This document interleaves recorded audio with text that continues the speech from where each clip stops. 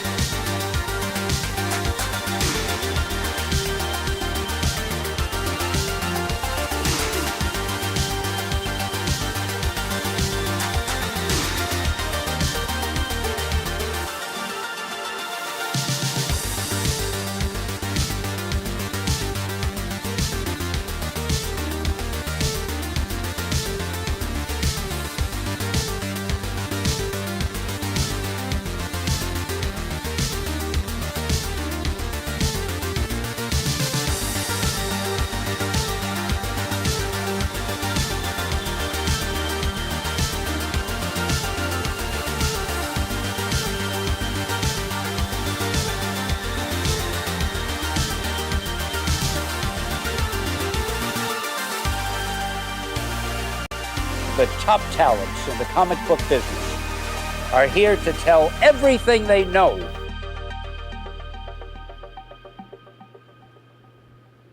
What is going on, everybody? Welcome to another Industry of Comics show every Tuesday night at 9 p.m. Eastern, along with these two long-time retailers in the trenches, 30-year comic book veterans, and we have an interesting show tonight talking about the local comic shop survival, retailer survival. A lot of stories about shops closing, and yeah, that's what we're going to talk about tonight. How you guys doing? Great. Doing fantastic. Ready to rock and roll. So it's been a very interesting couple weeks with the comic book industry, couple months, about a year now, ever since it kind of kicked off with Glenn from Comic Book Palaces, Glenn O'Leary, you know, his shot, what do they call that? A shot to the bow? First shot across the bow. Shot across the bow, yeah. Shot across the bow.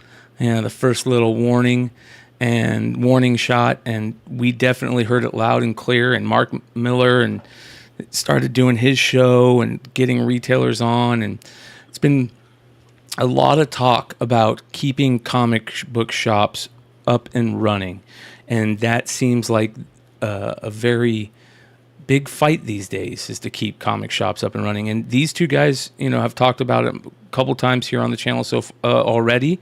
How many comic book shops do we think are opened in the country as of right now? Again, probably 2,000, 1,500?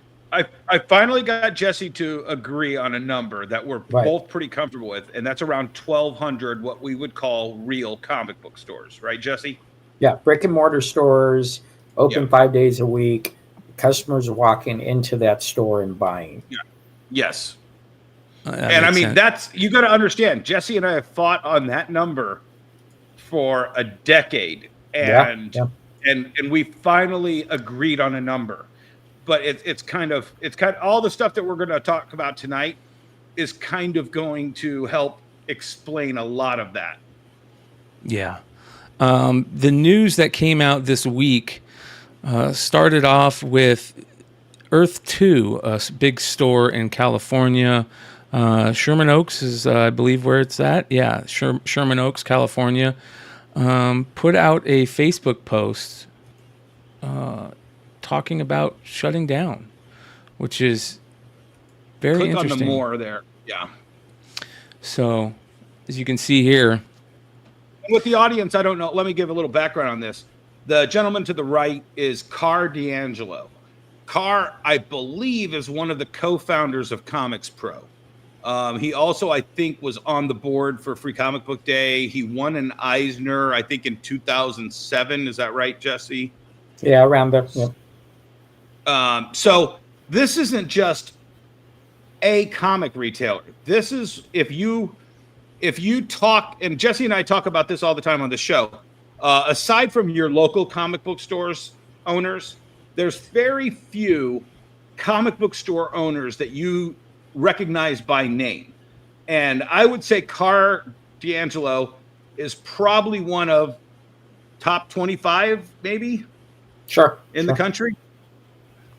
So for this announcement to come from Carr is a pretty big thing. This would be like you're a popular sports figure deciding to hang it up when he's still playable. You know what I'm saying? Yeah. This would be like Brett Favre's first retirement. Yeah.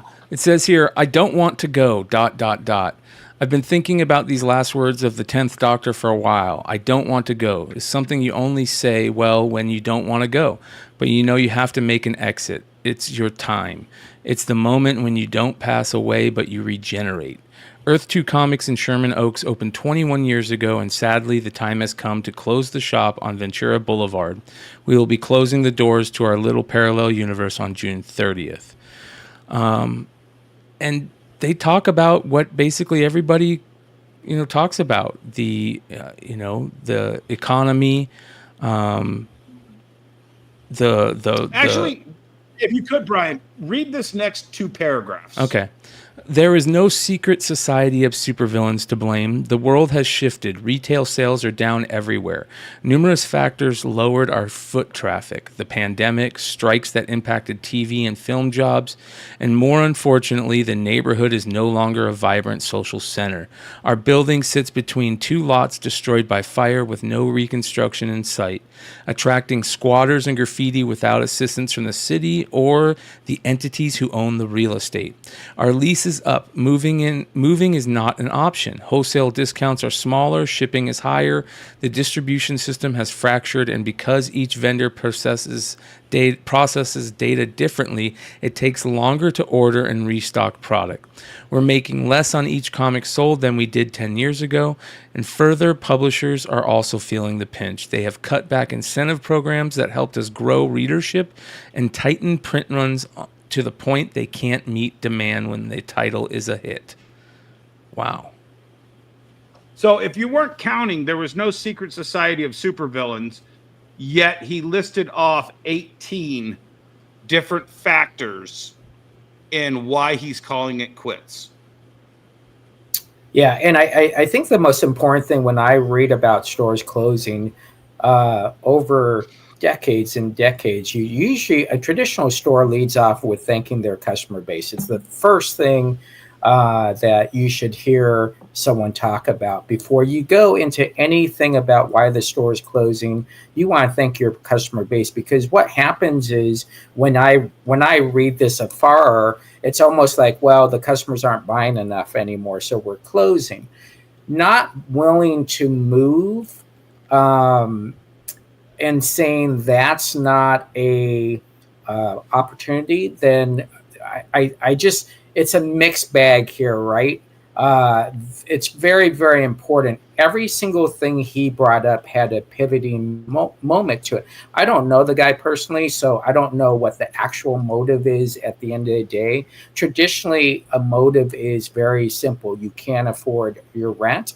You can't afford your power. You can't pay to employees. That's traditionally why stores close. The other reason why is because stores actually retire. The owners retire, all about books and comics. And you can go through these stores that have retired over our times. So I'm very interested in how the lead wasn't about the culture and the tradition of the store, taking care of customers and hey, come join us between June 30th, celebrate our time together and all that. So it's very interesting. I come from corporate, so I'm able to read stuff a little bit differently. But usually you have 1 or 2 reasons for closing. This is a lot of reasons for closing. So some of it could be managerial stuff, not adjusting. I didn't hear anything in here talking about back issues. I didn't hear anything about third platform selling on where 69% of all retailers are live streaming. Yeah, it's interesting because he gets into that. Let's continue this. He says, this year I attended the annual Comics Pro meeting for retailers, publishers, and distributors. It's always energizing to talk shop, and I remain in awe of the comic book slingers who inspired me and the new breed who embrace the challenges of the evolving market. They are stealing your title, Jesse. Yeah, yep. Comic book slingers, yeah. They are my friends, and I appreciate their wisdom and their kindness, especially those who showed me there is a way to sell comics without the 24/7 demands of a shop. Motivated by my peers who have pivoted to a warehouse model, the business of Earth 2 Comics moves from the planet to the satellite. It's bigger on the inside.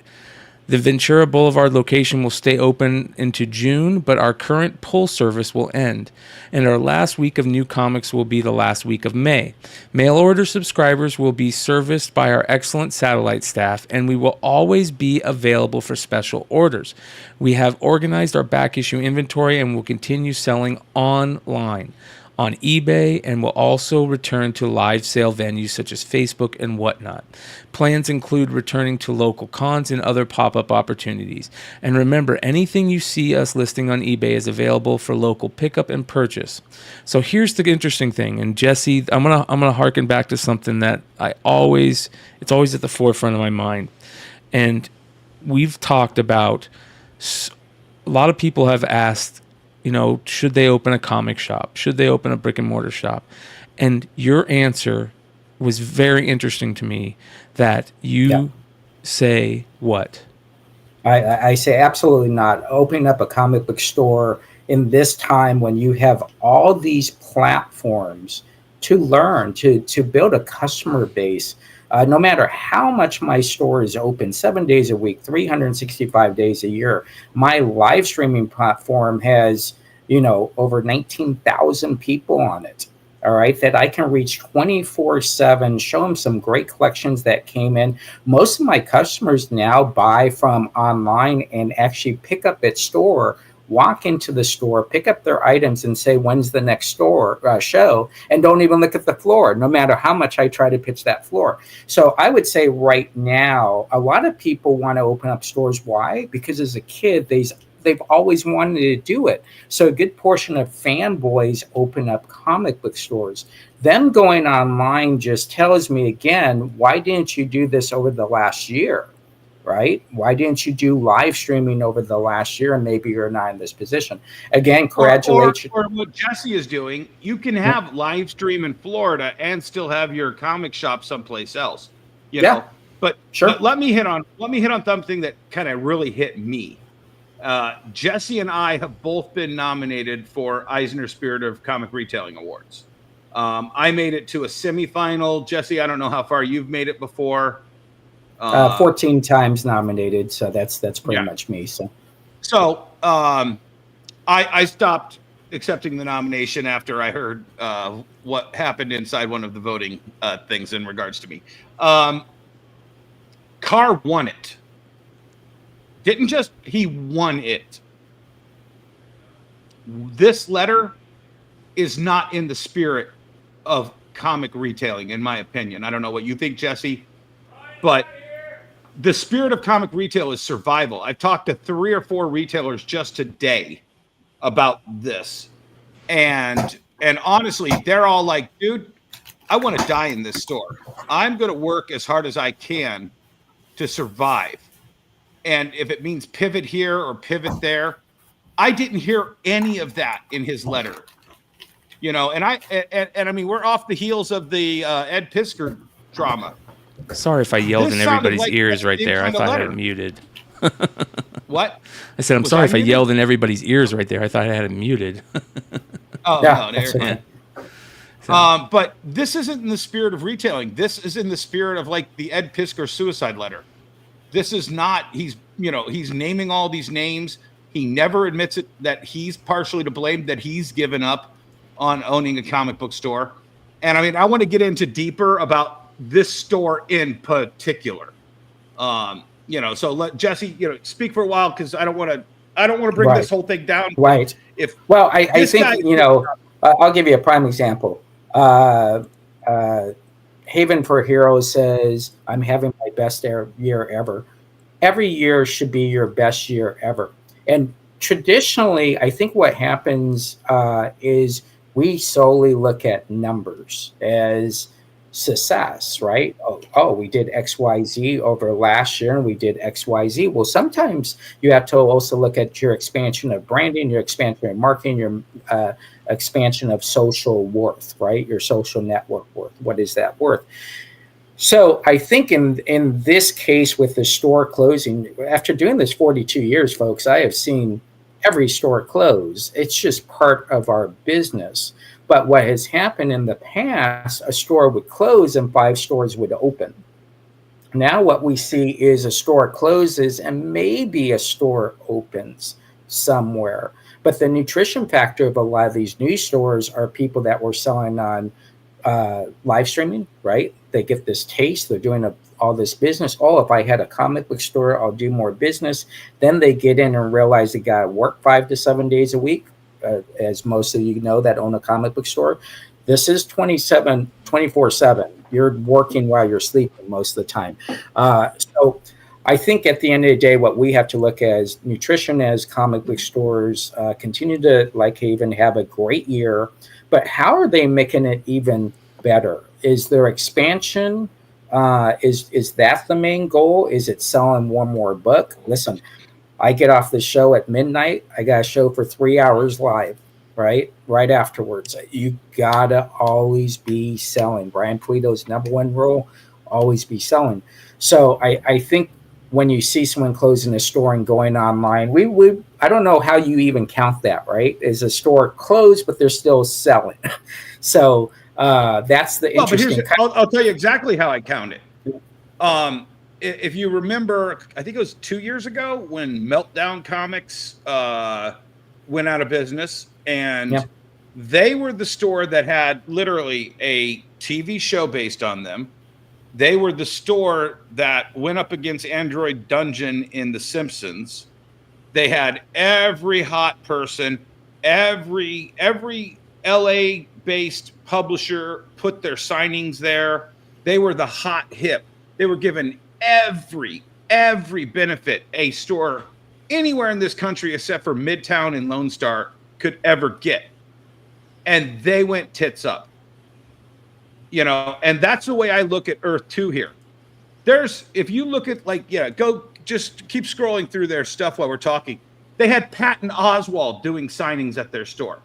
Okay, Patton used to be at Meltdown, so maybe he's actually more of a kiss of death than he is a benefit to a comic shop. They sold old books. They had Vintage Corner.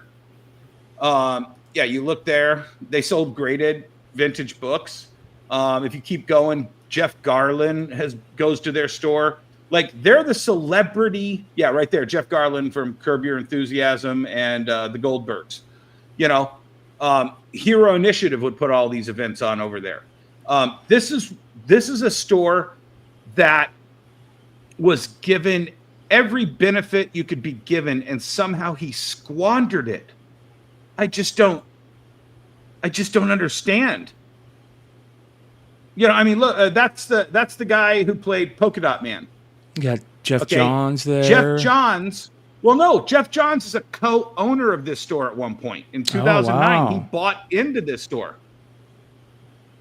Wow. And it's just like any of us, Jesse, me, any retailer that's out there, Emmett, we would kill. Well, Emmett has Scott Snyder, so, but we would kill to have the benefits that he got for just existing in California.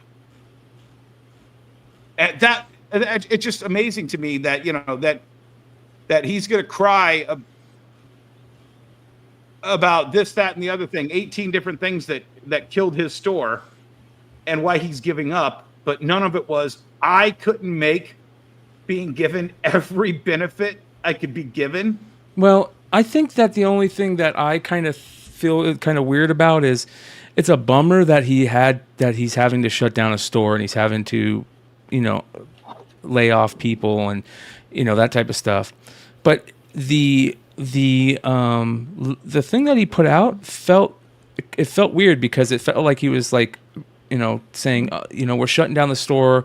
I felt like maybe it could have been like, hey, we're deciding to change the business model to keep the store going. You know what I mean? Instead of saying, hey, we're shutting down the LCS, no, we're gonna change our business model a little bit to make sure we keep the store going and you guys can buy comics from us, whether that's online, eBay, or on live selling, or at cons. That's what we're gonna do. We might not have a brick and mortar place anymore, but the Earth 2 comics will still be available to give you whatever you need for your comic book.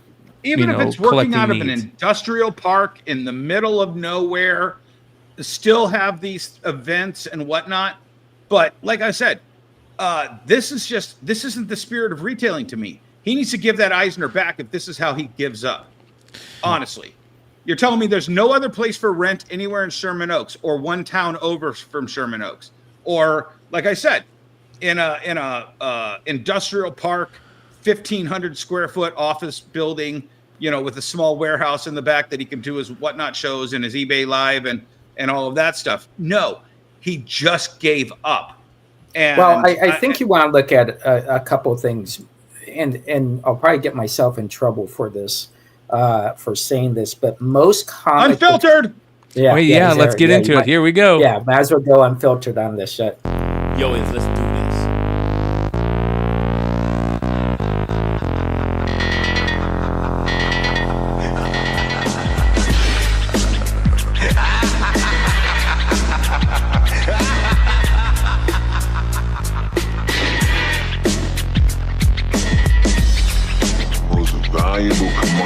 I know of this information.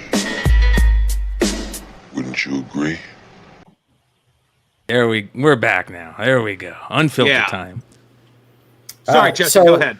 Yeah, so I'm going to bury myself here pretty strongly, but you start to realize in the comic book industry, you go to all these meetings, you talk to people, you handshake. Listen, I've been to over 400 comic book stores just the last 3 years, traveling across the nation back and forth between the store in Florida and every other place you go. A lot of store owners don't have corporate backgrounds like myself. They come out of high school, they might have a little bit of college, and some of them do have college, and they choose to go into this tough profession that there is no training. There is no comic book store 101. There is no social media 101. The whole goal of a company closing a store to become better is to talk about what you're going to do better for your customers. Hey, folks, we're very excited to tell you we are then be going online going forward. We're then be providing you this great service. Boom, boom, boom, boom, boom. That's what the lead is. You lead with your thanking your customers, what we're going to do next. We really don't need the explanation of why you're doing it. I don't even think that's necessary in this day and age. Listen, it's smart. My answer to people when they ask me, should I open up a comic book store? I'm like, no, go. Why do you want to pay rent?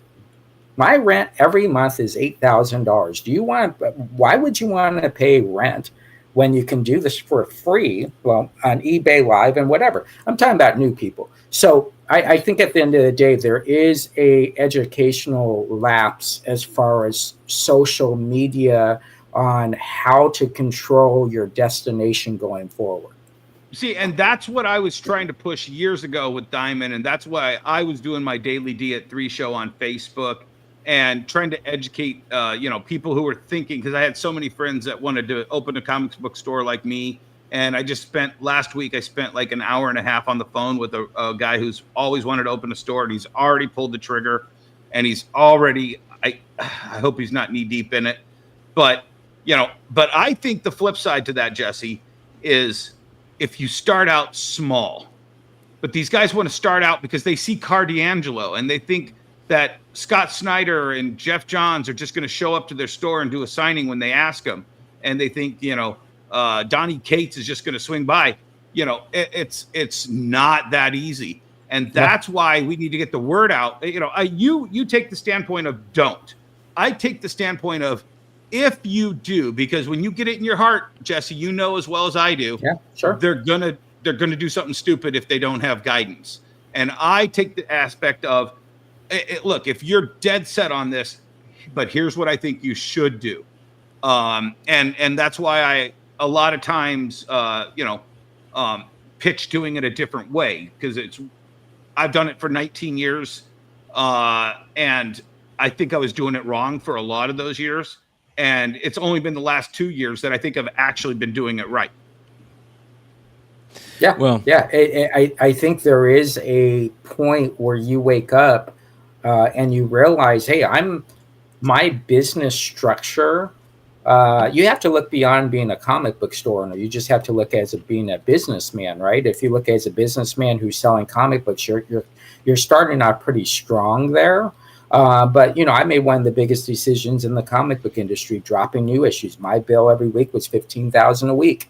But at one day you wake up and you say, listen, if I pivot this direction, I don't have to struggle anymore. Will I lose some comic book customers at the beginning? Yes, because I won't be carrying new issues. We found homes for them, right? We found them the right store to take care of their new issue things. And then we dove into and actually hold on, can I pause real quick and do a shout out to Samurai Comics, because they had nothing but good things to say about you, because when I used to visit the Phoenix area, you did direct a lot of people to Samurai there. I think were they in Peoria?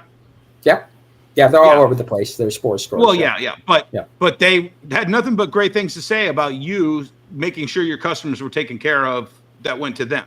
Oh, yeah. So, I think at the end of the day, if your customers understand what you're doing, again, thanking them for their time. At this time, we're not going to be carrying new issues. Don't worry about it. I got you covered. These are the 4 stores that are in your area where you live.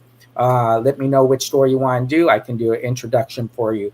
as well. So you make these decisions, you pivot throughout the years, being one of the first 2 live streamers of all time in the comic book industry. Listen, that was tough, being blackballed out of the whole comic book industry there for about a year, where no one would talk to me. But at the end, you want to be a good leader, you want to be a good community guy, you want to create good communication, and you want to steer away from your problems, because people are coming to you for great comic book therapy. They're not really coming to hear your problems, right? They already have enough problems. So I think you just have to understand that if you do own a comic book store, you want to be that community store that can distinguish between the drama of the comic book world to just good comic book relationships and selling. Yes. Yeah. Amen. Well, there was multiple stores that sounds like are shutting down this week. This was from another post from Twitter or X. Shout out to Aaron Sparrow. He's a good comic book content guy on Twitter and YouTube to follow. Former comic book writer. Maybe I shouldn't say former comic book author. Critical Blast. Rest in peace, Cosmic Comics. Let's go ahead and play this and see what he has to say.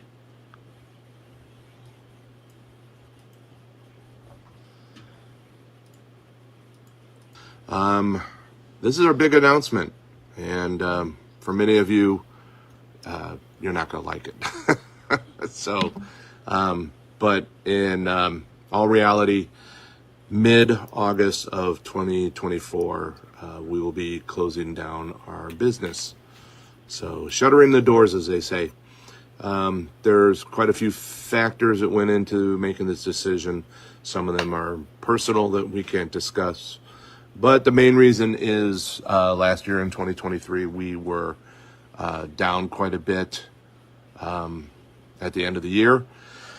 And unfortunately, coming out of the gate on the first quarter, we're down even more than we were down in 2023. So I don't see us rearing back from it, unfortunately. Hey, Brian, can you hit pause real quick? Yeah. Go for it. Jesse, what do you notice about his walls? They're empty. Yeah. Well, it's kind of sad that just 2 quarters, the end of the quarter last year and the beginning of the quarter this year, and he's like, I'm out. I can't. Yeah. I can't do it, man. There's other factors. There's clearly other factors. Yeah. But once again, he started out just like Carr, blaming the factors. And I'm looking at bare walls that should have stuff for sale on it. Right. Yep. Where's his diamond? Where's his free diamond and penguin Random House posters that he's offering to sell? What is funny is Phil Boyle came into my store last year. We were just hanging out, and he came in, and as we were walking out, he said to me, and I got a big store. I got 8,000 square foot store, tons of shelving. He said, just so you know that the back shelf is missing. It has 2 empty slots. And I said, oh, let me get right on it, right?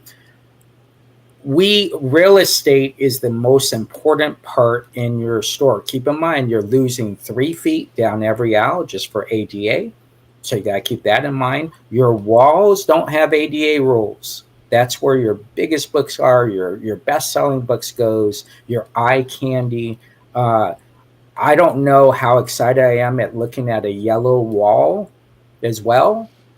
So it looks like he put red on the inside, but yellow on the background. If it's full of Simpsons comics, then go for it. Lean into it. It's full of Simpsons comics. So you got yellow covered.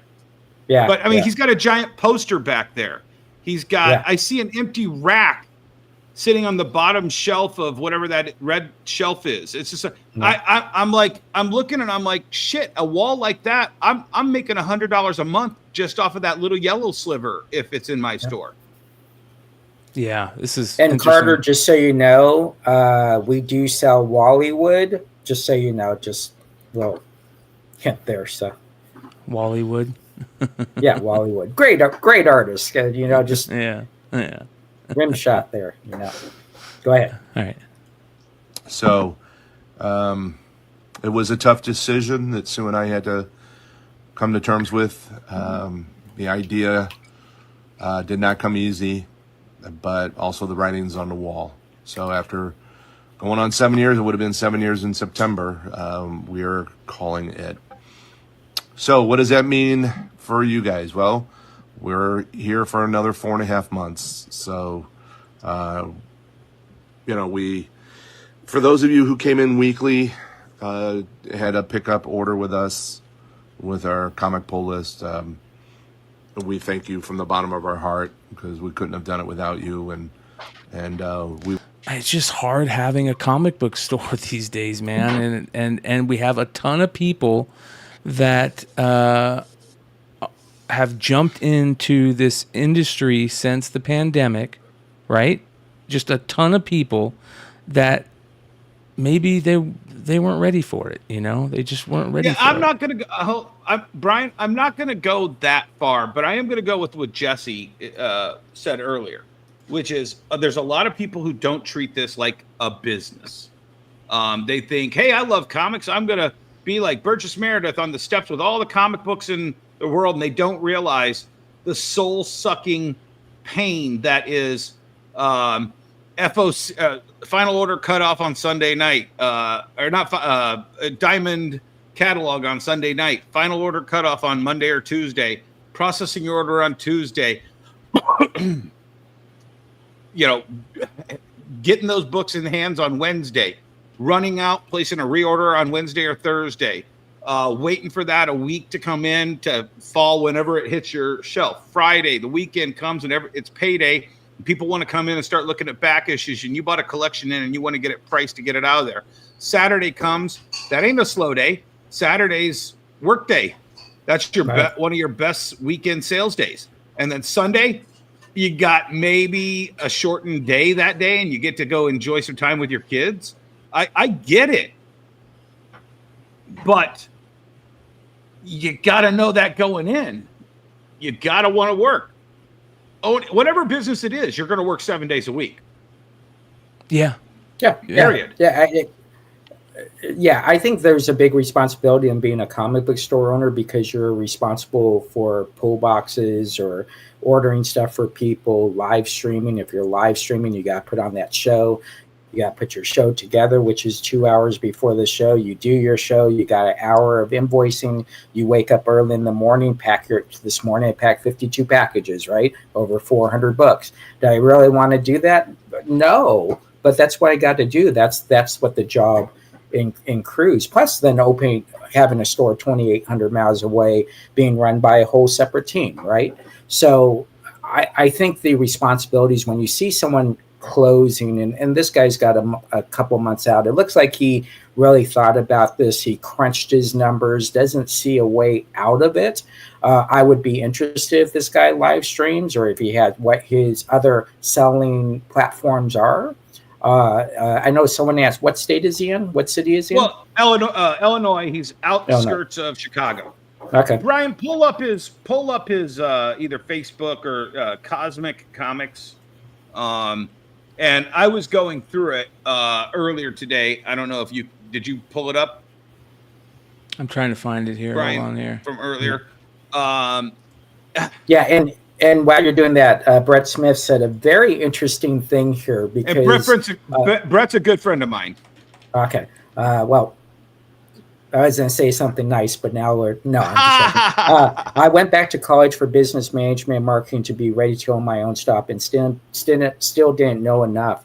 Reality is where you grow, and you gotta. I will tell you this, folks.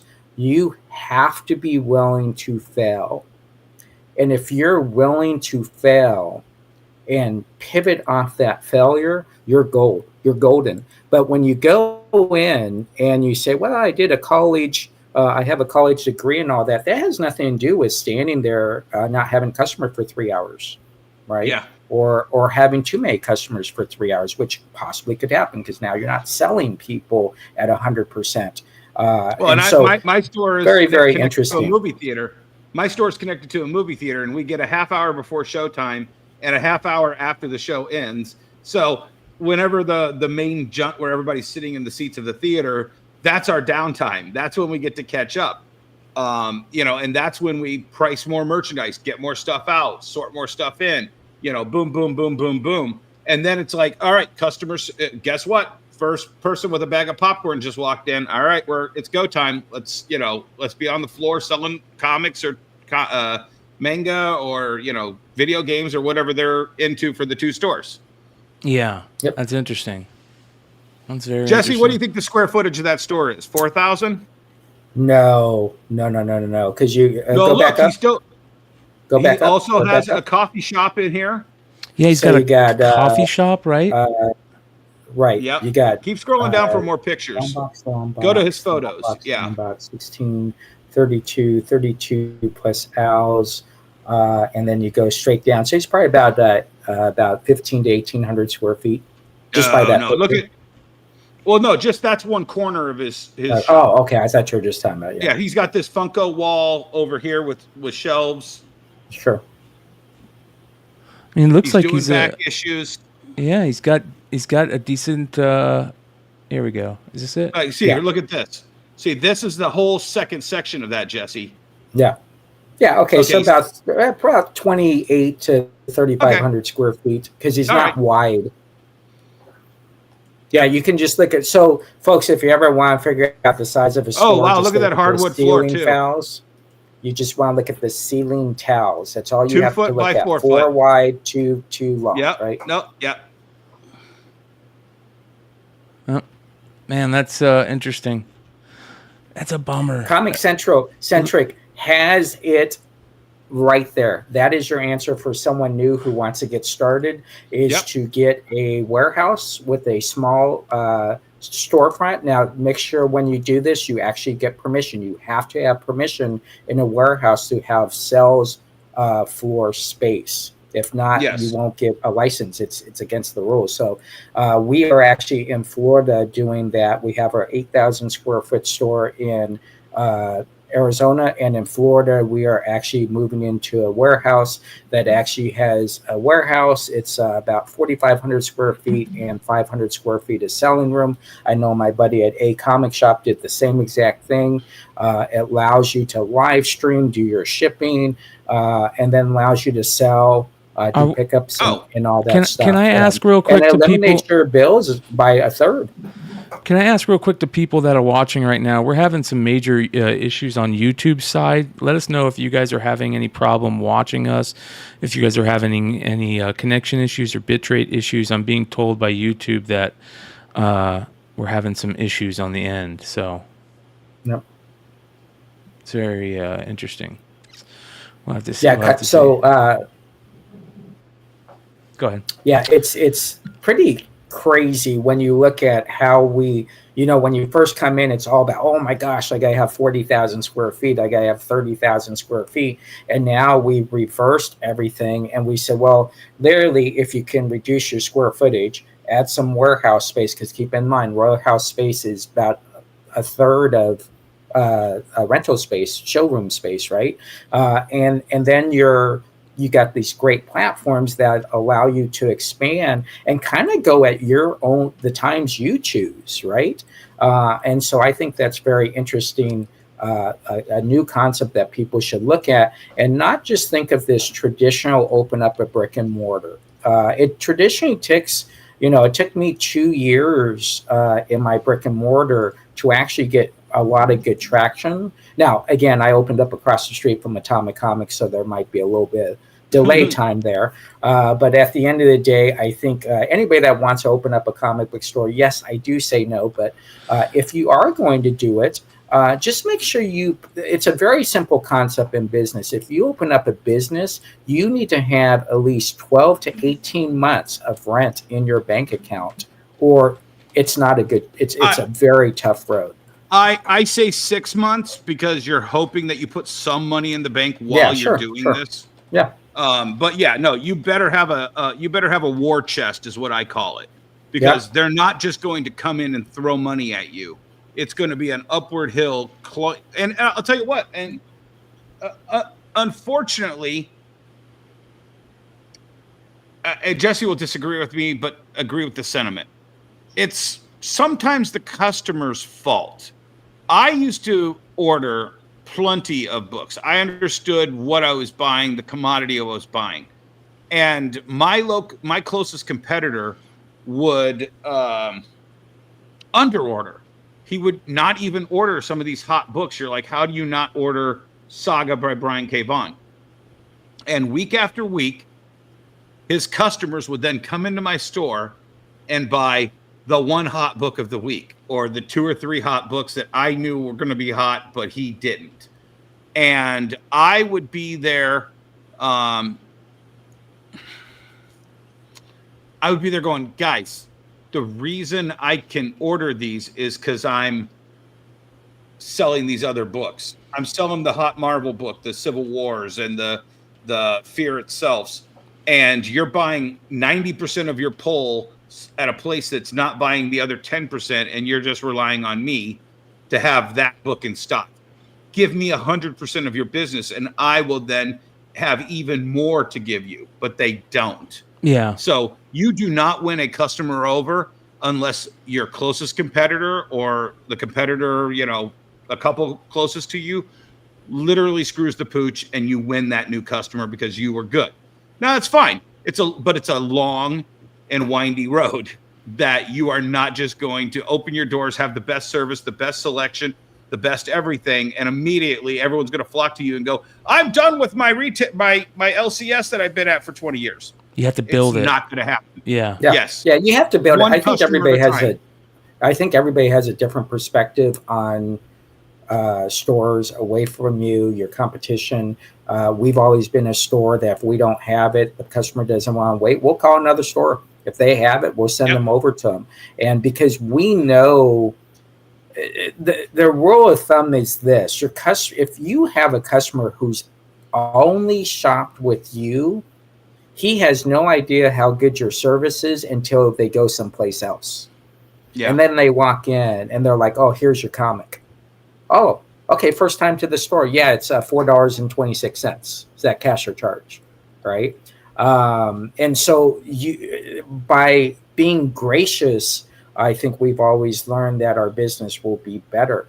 I come from the old school. The customer is always right. Rule number 2, if the customer is wrong, go back to rule number 1, right? And so I think there is credence to what you said, Dennis, but at the end of the day, it's about taking care of the customers in front of you and realizing also that people like myself who are very social, my customers are reading everything I say as well and how I interpret things. So obviously I don't talk about politics and all that stuff, but I also try to talk about stuff that I know they would be interested in, whether it be my travels or my cats or my dogs or whatever it is. But it is interesting when I do see stores that close, and if there was someone who had time to go in and actually look on why they're closing, I guarantee it'd be different than what they were saying. Yeah, like a medical examiner for closing comic shops. That's what we should get into, Jesse, is doing those postmortems on comic shops. But unfortunately, these guys don't ever kind of open their books and let you know what the real reasons were. Oh, maybe is this in Vegas? Yeah, they're in Belleville, Vegas, Nevada. Yeah, Cosmic Comics is in just north of the Strip. Cosmic Comics, yeah. Cosmic Comics has been in Vegas for a while. It's actually on the northwest side, and that's surprising. I was thinking it was someone else. I thought it was Illinois. I thought when you told me earlier, Brian, it was on Illinois. No, and it's very interesting. Swaggle House is in the chat, and his local comic shop is the Earth 2 that's shutting down in Sherman Oaks. Well, do we want to bring Swaggle House? To Swaggle House, you want to come in tonight? Yes, and help us talk about this. Swag. Yeah, let me send him a link. I know he's always crazy busy, so if he's got time to come in, no pressure, chat, Swag, if you can't do it. So let me go ahead and do this. Yeah, it's very interesting, man. Well, here's the thing, Swaggle House, and if you just want to reply from the chat, can you think of any store that has been given more opportunities than this to succeed from the entire industry, from the entire creative side, from the entire publisher side, and for them to kind of just throw all of that under the bus, being given everything they've been given for 20 some years. I just think it's so. I would say Atomic Comics falls into that. Yeah, absolutely. I mean, I mean, they were the comic shop. They were the comic shop in the Mark Millar book, Kick-Ass. Kick-Ass. And we just had that. Yesterday was the anniversary of that showing where the Atomic Comics guy introduced the director of the movie for all the retailers. Yep. And I'm just like, Jesus, how things change. These guys get the opportunity of a lifetime out of 1,500 retailers then, 1,200 now. If you it is. It's not the one in. It's not the one in Las Vegas. It's the one in Illinois. I was going to say because that's owned by Derek something. It's Belleville, Illinois, Cosmic Comics. Okay, that's what I thought. Yeah, and the one thing that I did see a comment, Cal L, thank you.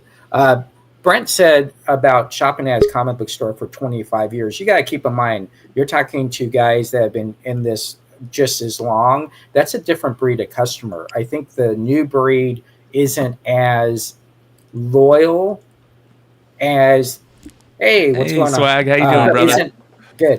Isn't as loyal as the people that collected back in the Bronze Age and the Silver Age and the Golden Age. That's a different type of customer than modern age customers. So anyways, I digress. Swag, this Earth 2, was that your LCS that you visited?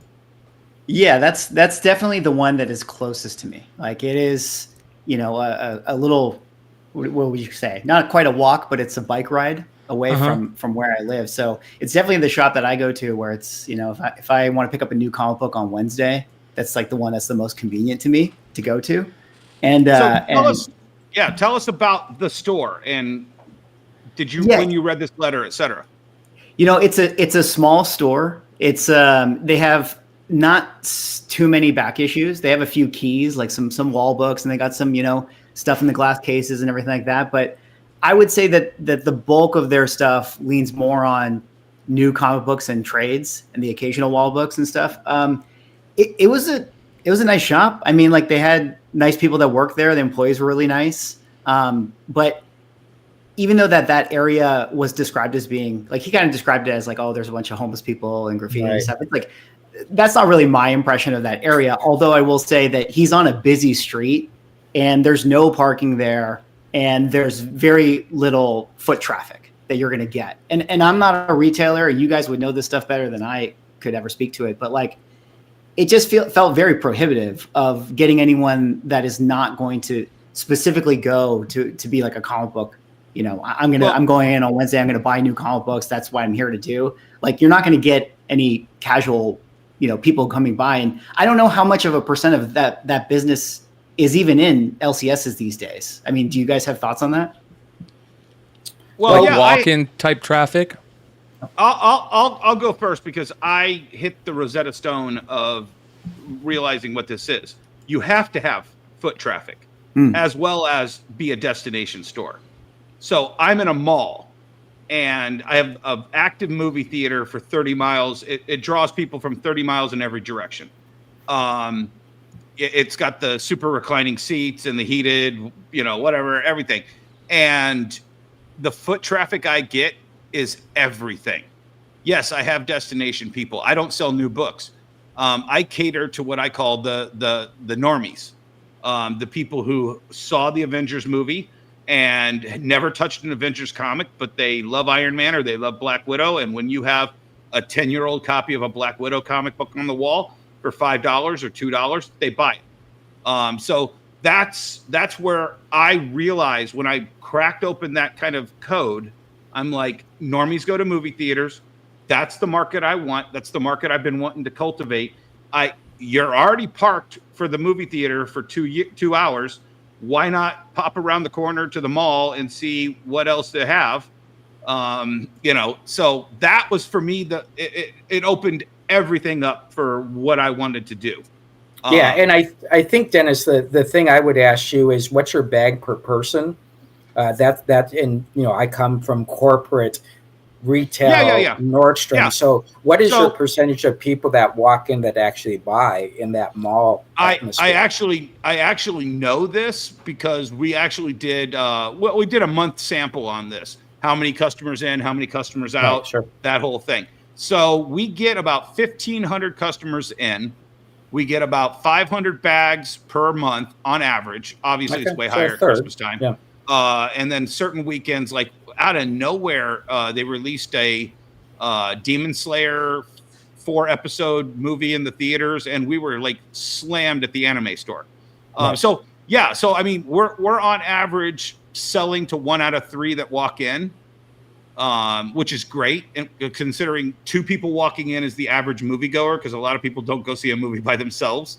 So when we sell one, that I count that as servicing Right, 1,000 people. Do you guys think that I think that the comic book industry, especially local comic shops and swag, I'm going to ask you this too, because I feel like we look at things like a consumer. These guys look at things as the retailer. When I think about comic shops, I think about back issues.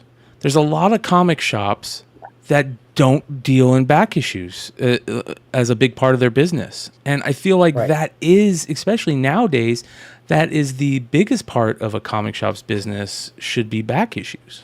Well, let me answer the previous question. So we're a destination store, and destination stores are stores where customers will then come see you no matter where you are. If you don't have parking, fortunately, I can fit 400, 500 cars in front of the store, so that's not an issue.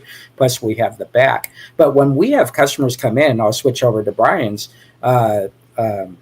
thoughts or question there is, I've never had a person come in from out of state asking for new issues. They always come in asking for back issues. Obviously, hey, who do you shop with? Oh, XYZ. And the first question I ask, do they have just new issues, back issues? And you're able to kind of learn about that customer in about 3 to 5 seconds, and you're to direct them.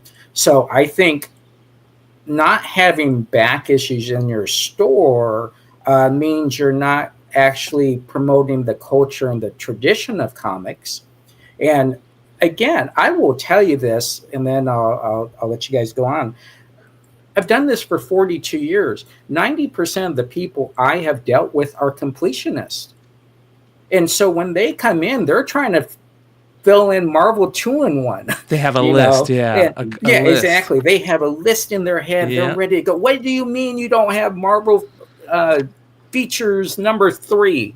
I've been looking for across the nation. And as I go across the nation over, like I said, over 400 plus stores, I will tell you the percentage of stores that are more back issues now trend higher than stores that are just new issues. Yeah. I mean, just for me, from a behavior standpoint, like I mentioned that I go to that store and they have like, some wall books, but they don't have a lot of back issues. And in truth, like, nice people and everything, but is it the main store that I go to, even though it's the closest to me? Like, no, it's not really. Like, it's the store I go to when, okay, I want to get Ultimate Spider-Man #1. I didn't order it. Maybe it's there. Like, that's the one I go to. But like, outside of that, yeah, if there's a store that doesn't have back issues, I'm going to be less inclined to definitely visit it. And I don't know how you guys even do it, as far as like, I'm sure over the years you figured out kind of what is going to work and what's not, but like I don't even understand the model, how shops can survive in ordering new comic books and having to do the guesswork of like, oh, this title's going to hit and then this one is not going to hit, or like, let me get 10 of these because I know that this one's going to be a hot book versus that.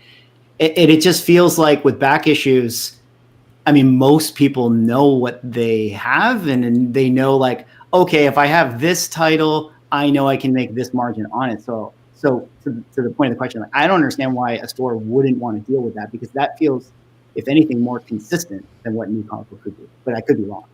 Well, it's giving. So when you have that business model like Carr has, I gotta believe he overorders on all the stuff that he's doing a giant promotion with. I mean, he has all of these giant creators coming through and doing signings at his store. Yeah. And so he's going to have to overorder on those. And Jesse and I were talking, does he have them sign extras? And all of a sudden, like the wall books by Jeff Johns are all, like he has tons of Ghost Machines sitting on his wall signed by the entire creative team for cover price, to make sure that people come in and if they miss the signing, they have that, that's kind of like, I can't get Jeff. I've invited Jeff to my shows. I've invited Jeff to my store. My old store used to be 10 miles from his hometown.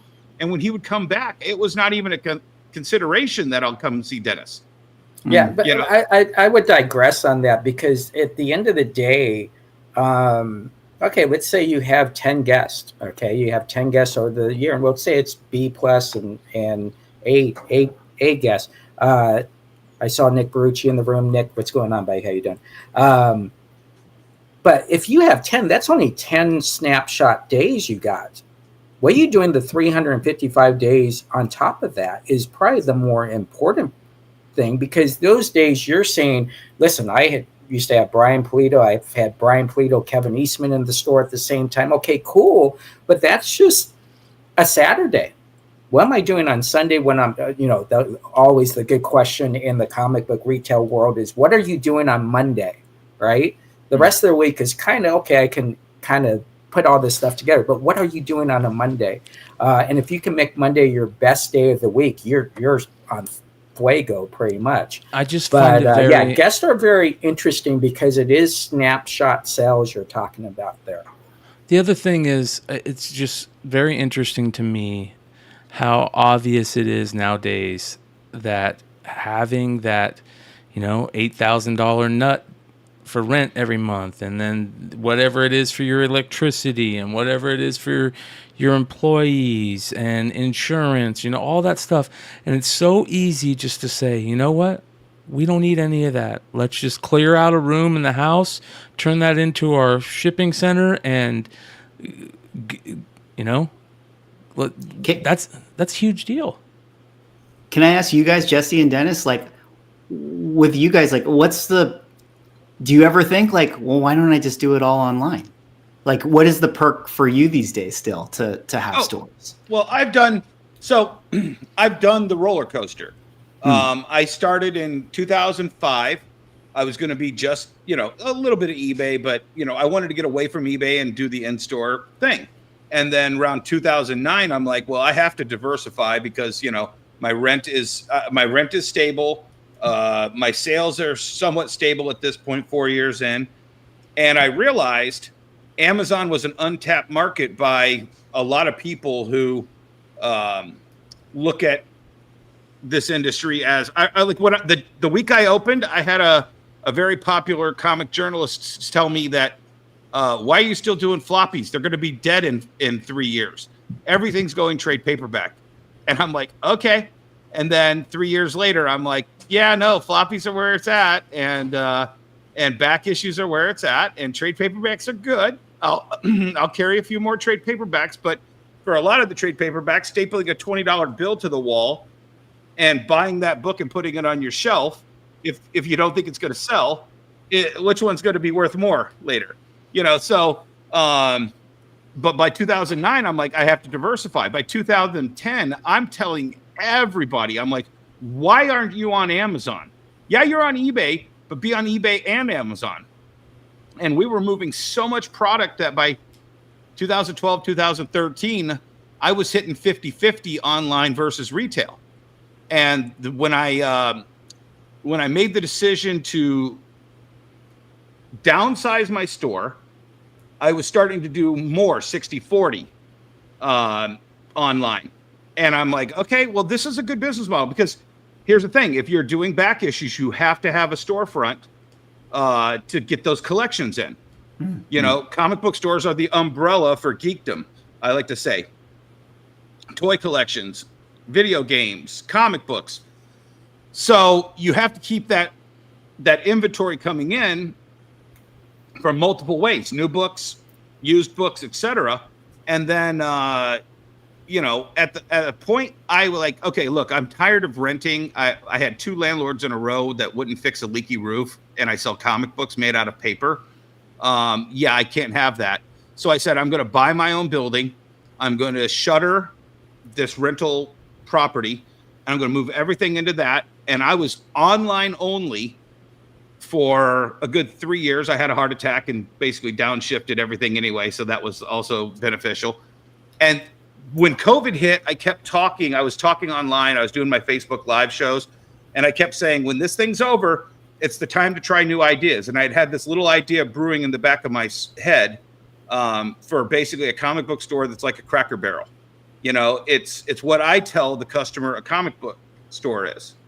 And when COVID was out, I was like, well, I better put my money where my mouth is and try this. And that was 2 years ago. And it's the best decision I ever made because I still get the collections. I still get foot traffic. I still get to sell comic books every day. And it's just a new business model. But now I don't have to pay Diamond. I think that the same I'll just be real. Go ahead. The same question was asked. He said, I know it's asked in different ways, but Jesse and Dennis, can a brick and mortar store really make it without selling online too? And I think that's a very obvious answer. Go ahead, Jesse. That's a simple answer because you're looking at the guy that's doing it right now. I got my store in Arizona, right? A 8,000 square foot store, a destination store. I've been doing this for 42 years.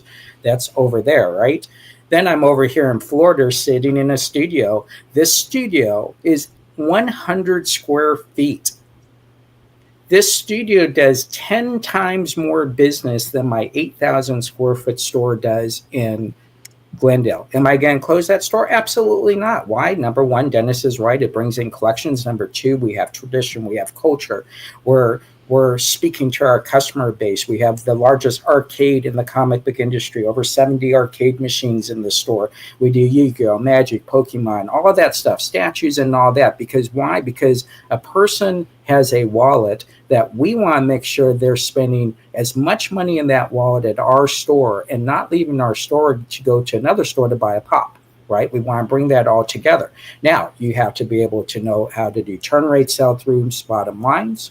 But Swag, the question that you asked is a very simple question. So in business, it's called the customer behavioral status. What is the customer doing today? And in 2016, we knew the customers were pushing over to online sales. We also knew that Facebook Live was going live. And so now the QVC, the home shopping network customer who had kids now had a way to shop like their parents did. So what we do, we drop new issues. Why? Because we want to be one of the first live streamers. Now we've done live streaming for 8.5 years on beta on eBay. But at the end of the day, we have to remember the most important part about this is we have to sell books, and how you sell your books will be how your customers tell you they want to be sold. And one of the ways is they feel comfortable being in their room while you do what we're doing now. We're entertaining, right? We're building our brands by speaking. And I think that's very, very important. So I think your answer to your question is we just pivoted to what the customer base is asking. And I will finalize that with a very simple thing. 17,500 cities in the world, right? Or in the United States. Dennis and I have come to this about 1,300 comic book stores. That means there's 16,200 cities that don't have comic book stores. So who's selling those people? Well, it has to be us. We have to be in their living rooms right now. Yeah. A lot of questions from the chat. I want to ask a couple of them. Yeah, chat's on fire tonight. Great job, guys. Yeah, George says, so if every store pivots away from selling new comics and follows Dennis and Jesse's model of selling back issues, how is that going to help the long-term viability of the hobby? I can answer that so easily because I've actually given this speech on my daily show on Facebook. It's about pivoting your business model to be ready for when new comics are down. And up in the chat, and I can't remember who it was. I think it was Tony. Amazon hit a brick wall. At COVID, we were rocking. Right after COVID, when Bezos got divorced, He basically turned the thing down so he makes more money and we made less. That's when I opened the store. You have to always be pivoting. You know, if comics are down at one point, if you have an acumen for sports cards, go ahead and do sports cards. That's why I opened my second store. I knew physical media. I was selling it on Amazon. I knew vinyl records. I knew video games. I knew enough about anime, but my kids luckily were the training wheels for me. So that's why I opened a second store, because I said, if this comic book store model could work, I think that same business model for records and video games and physical media and anime would work just as good. And I put it right now, they're right next to each other and they cannibalize maybe at 10%, but I'm still making double from having that second location with a second, pivot. Yeah. And I think you just always have to be pivoting. So if a comic book, let's just take Earth 2, for example. If he's making less for new comics and he's selling less trade paperbacks, maybe shrink your new wall, maybe shrink your trade paperbacks, get some back issues on there. He was having those sidewalk sales and parking lot sales, maybe increase that a little bit more and then have a more dedicated space in your store. If you know anything about video games or Pokemon, start selling that. I hired one of the best Pokemon people I've ever had. She's increased my Pokemon sales through the roof, as augmenting my comic book store. You have to constantly be, my hero is Bruce Lee. I know I totally look like it. But his philosophy is be like water. Water can fill any vessel. And if the industry is a round vessel and you are a small vase, you're only going to fill the bottom quarter of that vase. You need to be able to fill that entire vessel. Yeah. So what we did was we actually did something a little bit different. So when we were carrying new issues, again, our new issue bill every week, 15, 20,000 if I was doing new issue or exclusive. And so what we started to find out, about 50% of our people would pick up their boxes, and we didn't really have a mechanism. I didn't have people's social security numbers. I wasn't going to file a complaint with the city for them not picking up their pull boxes, right? But as we got back into it, I did come back 4 or 3 years ago to new issues. And this is how we do new issues now. You order a new issue. I invoice you Tuesday night. If you don't pick it up by Thursday night, we close your box. We don't order anything above what we actually need for our pull box holders. If someone comes in and they need something, we don't have it. We can order that. But to prevent this in the future, why don't you open up a pull box? So what we've done is we've gone turn rate sell through bottom lines to 100% sell through, 100% turn rates versus back in the day where our turn rates was maybe 20, 25%. So you can still do all of this. But what you have to do is you have to understand in new issues, if someone comes in and picks up their box for $10, and they walk out that door with $10 worth of books, you're technically still losing money because your margins aren't that big in new issues, right? So I will tell you, I commend people that still do new issues. I think they are in the trenches maybe a little bit deeper than I am because I do not have to worry about that anymore. Well, so I want to make it clear. I do carry new issues. We just have 100% sell-through rate goal. Yeah. What I'll also say, add one more thing to that, Jesse, and you hit on a big topic too, and I think it's what Swaggle House is saying about this store in particular. What does he do with his new books after they're no longer a new book? Does he immediately discount them to $1? Does he, you've got to put in place. I refused in my original stores and in this store to have a $1 box because then you're training the customers to wait for you to clearance it and lose money. Because when the comic books hit $3.99, the wholesale was $2. So every $1 box I saw in a comic book shop, I'm like, why do you have this in here? This is just teaching your customers, don't buy it at full price. So, you have to also, your back issues is where you put a book that didn't sell today, waiting for it to be somewhat valuable tomorrow. And then you have to be a constant gardener on that. I see a lot of these retailers do that stupid thing where they're like, oh, if you find a book in our back issue, I'm going to check it on eBay. No, you've gotten what you wanted for it. If you want to go through that box all the time, then yeah, you can get more for some of this stuff. But if you have it in your cover price boxes, sell it for cover price when somebody wants to buy it, or dedicate yourself to being the back issue store that's constantly going through this and using Key Collector to keep yourself as educated as the customer base is. There's something very interesting that's going on right now, and to segue to it, I'm going to use Star Trek 101 Spock's question. He says, random question. Why include someone who doesn't own a shop on the show like Swaggle House to speak on the survival of shops? Shouldn't a comic shop owner be on to discuss it? Well, we brought Swaggle House on because Swaggle House was in the chat talking about his LCS was the shop that got shut down. So before we let Swaggle House take off on us, I want to segue this back to one of the questions. A perfect example of what's going on right now in comics is, and Swag, you did a great video talking about it. It's very obvious. X-Men are hot right now because of X-Men 97, right? And new X-Men comics just really were garbage for the last couple of years. But here's a perfect example.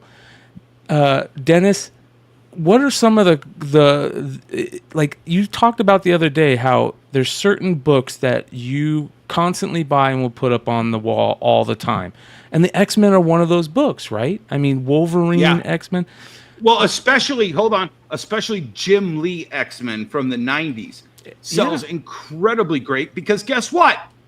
It's what they based the X-Men cartoons on. Yes. It's got all the characters. It's got Omega Red. It's got your blue classic blue team. It's got your Wolverines. It's when we were talking earlier and we ran over to Comic Con and started looking at the numbers from that one side story.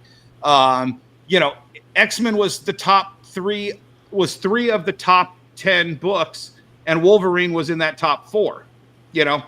So now you're using those back issues, right? Because the new issues have been garbage. And the X-Men new issues could come out that are really fucking good here in the next month, and you jump back on the new issues because they're good and they'll sell. I very much could. Yeah. Absolutely. Yeah. But it's about being able to pivot. It really is. Yeah. I'd actually like to hear Swaggle House's opinion on new books versus old books, because I think you talk more about old books when you're talking about books than you are new. And you're about I don't want to throw you under the bus, but how old are you? 40. 40. So you're of the age that when Jesse and I were kind of aging into comics as adult readers, you were fresh eyes on Jim Lee's X-Men, on Rob Liefeld's X-Force. That has a nostalgia place, and that's why I opened a nostalgia store, because the kids that are your age are having kids now. Yeah. And they want to buy an X-Men comic by Jim Lee to show them what Daddy loved. And that, to me, that's a nostalgia dopamine hit you cannot replace with anything. Yeah. Yeah. Well, that's part of the genius of the show, X-Men 97, is it's like, it's nice that they clearly made it for people who are that age, right? That clearly grew up with it. We're not going to dumb it down. We're not going to worry about, but we got to make sure people understand the Rogue Gambit relationship. It's like, no. We're just going to go into it. Like, everyone knows. All right. So just keep going. But yeah. Passing that baton to people who are my age that now have those kids, and you want to have the vehicle to get people immersed in it. And, that's the only way that you're going to be able to get, the next generation on board. Yeah. Well, Mickey, thanks for coming out and hanging out with us for a short period of time. I want to remind everybody to go check out Mickey's Kickstarter for Sanity Rise of the Cult issues 1 through 3, which is rocking and rolling, man. Look at this. 36 hours to go. And 208 backers, over 23,000 pledged. That's awesome, dude. Yeah, thank you. Yeah, it's been a whirlwind. It's been a lot of work. Making your own comic book is tough, and marketing it is tough. But 36 hours left. If you guys want to check it out. Yeah, I dropped the link in the live chat, you guys, and you can find the link in the description, and go show Swag some love. Who's your artist on this? My interior artist is his name is Santiago Espina. He's does a lot of indie books, but he's incredible talented. Absolutely, yeah. He's done some amazing work. One thing I would say before I go, and I'm going to leave you guys to take over the show, not to derail it, and I don't know where you're going to take it, but I'd love, as I sign off here, to hear Dennis and Jesse as it relates to the comic store thing. There's a lot of conversation in our hobby about the content itself hurting comic shops, right? We can get into are we still unfiltered? The wokeness aspect. Yeah. I'm curious if you guys could talk about that. Like how much, obviously everything matters and there's a part of it that might matter there, but I'm curious if you feel like Marvel and DC owe anything to retailers as things continue to dwindle and we move to e-commerce here and what they could do, if anything, and then, or is it just, are LCSs disproportionately run poorly compared to other retail spaces? Because let's be honest, guys, people get into comic books and they love comic books and they don't think about the business side and they just open a store. So anyways, I'm going to kind of throw that question to you guys. I'd love to hear you guys talk. Thanks again for having me. All right, appreciate you, Swag. Talk to you soon, brother. Good shit, man. That's a good question. And it's kind of another trope that we talk about here. I honestly think his question is so important because I look at it as it's kind of a snake eating its tail. And I talk about this a lot. And the comic retailer buying new comics is the customer. They are absolutely the customer that publishers are aiming at, distributors are aiming at, comic creators are aiming at. And I think sometimes they shoot for that target that's right there, the retailer, and they forget they have to, back to Bruce Lee. Bruce Lee said, don't just punch the target. You have to punch 5 inches past the target. So that way the energy that you're putting out is through the target. And I think a lot of times they forget that, that they're like, oh, we can get 1,200 retailers to buy this. Let's just let's stop focus right there. And they don't understand.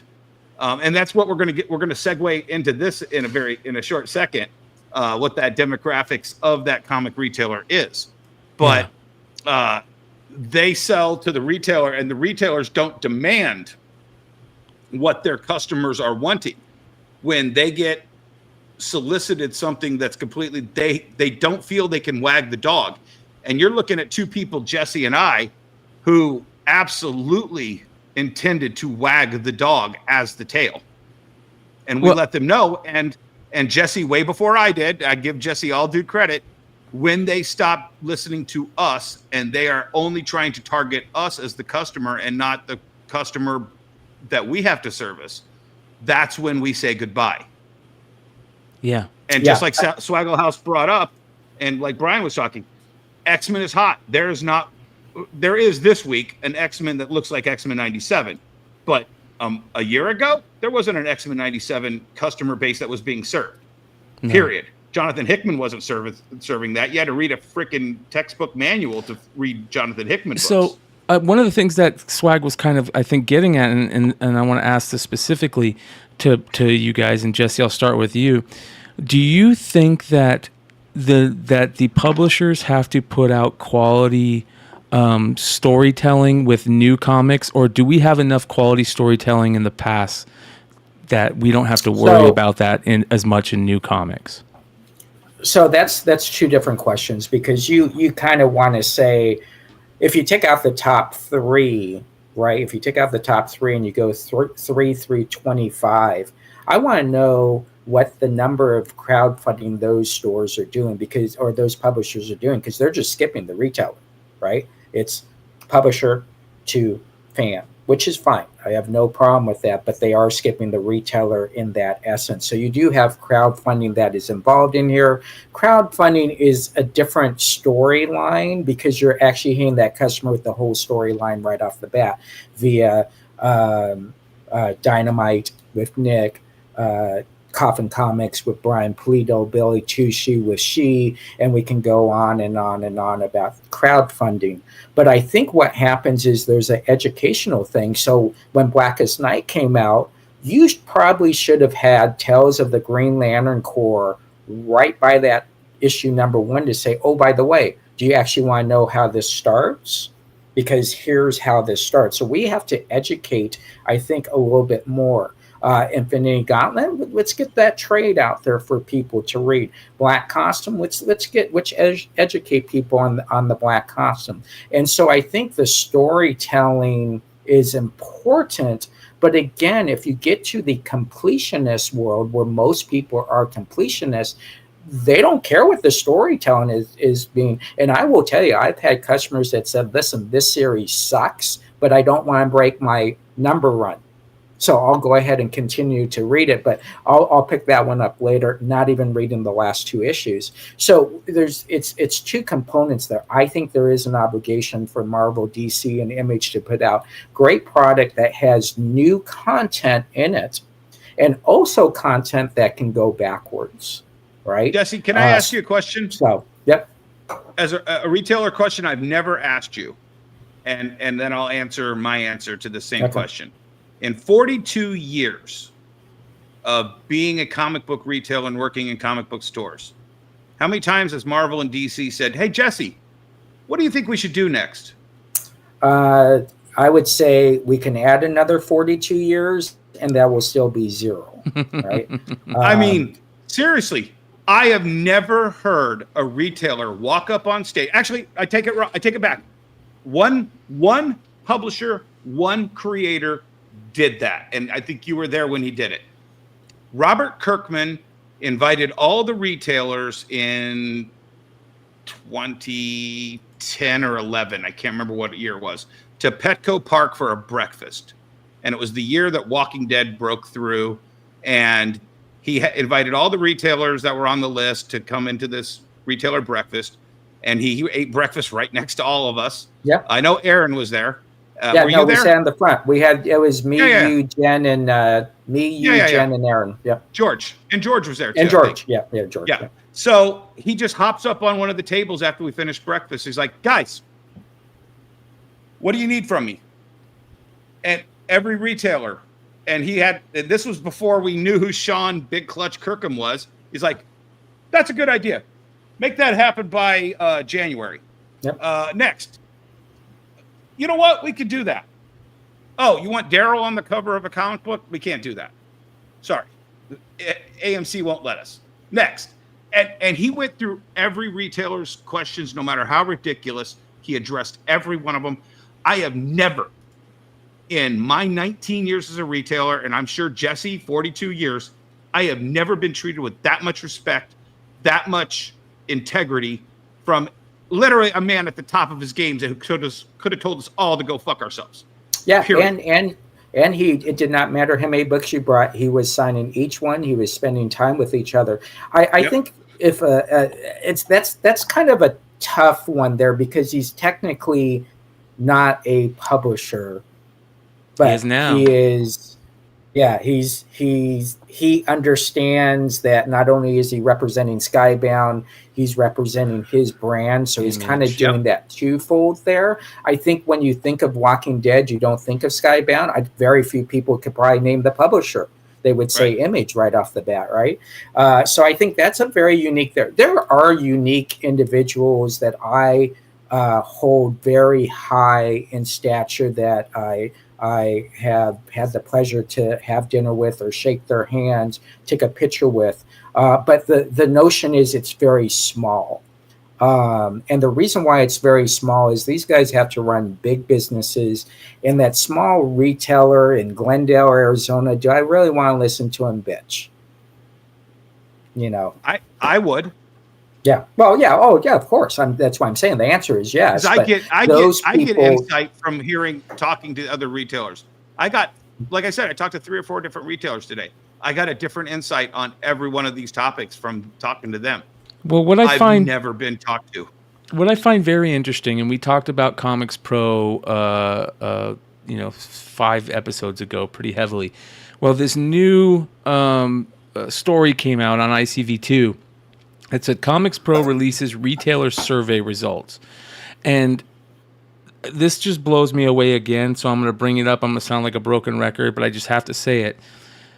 They act like this data is important data. It's only 356 people that responded to this survey.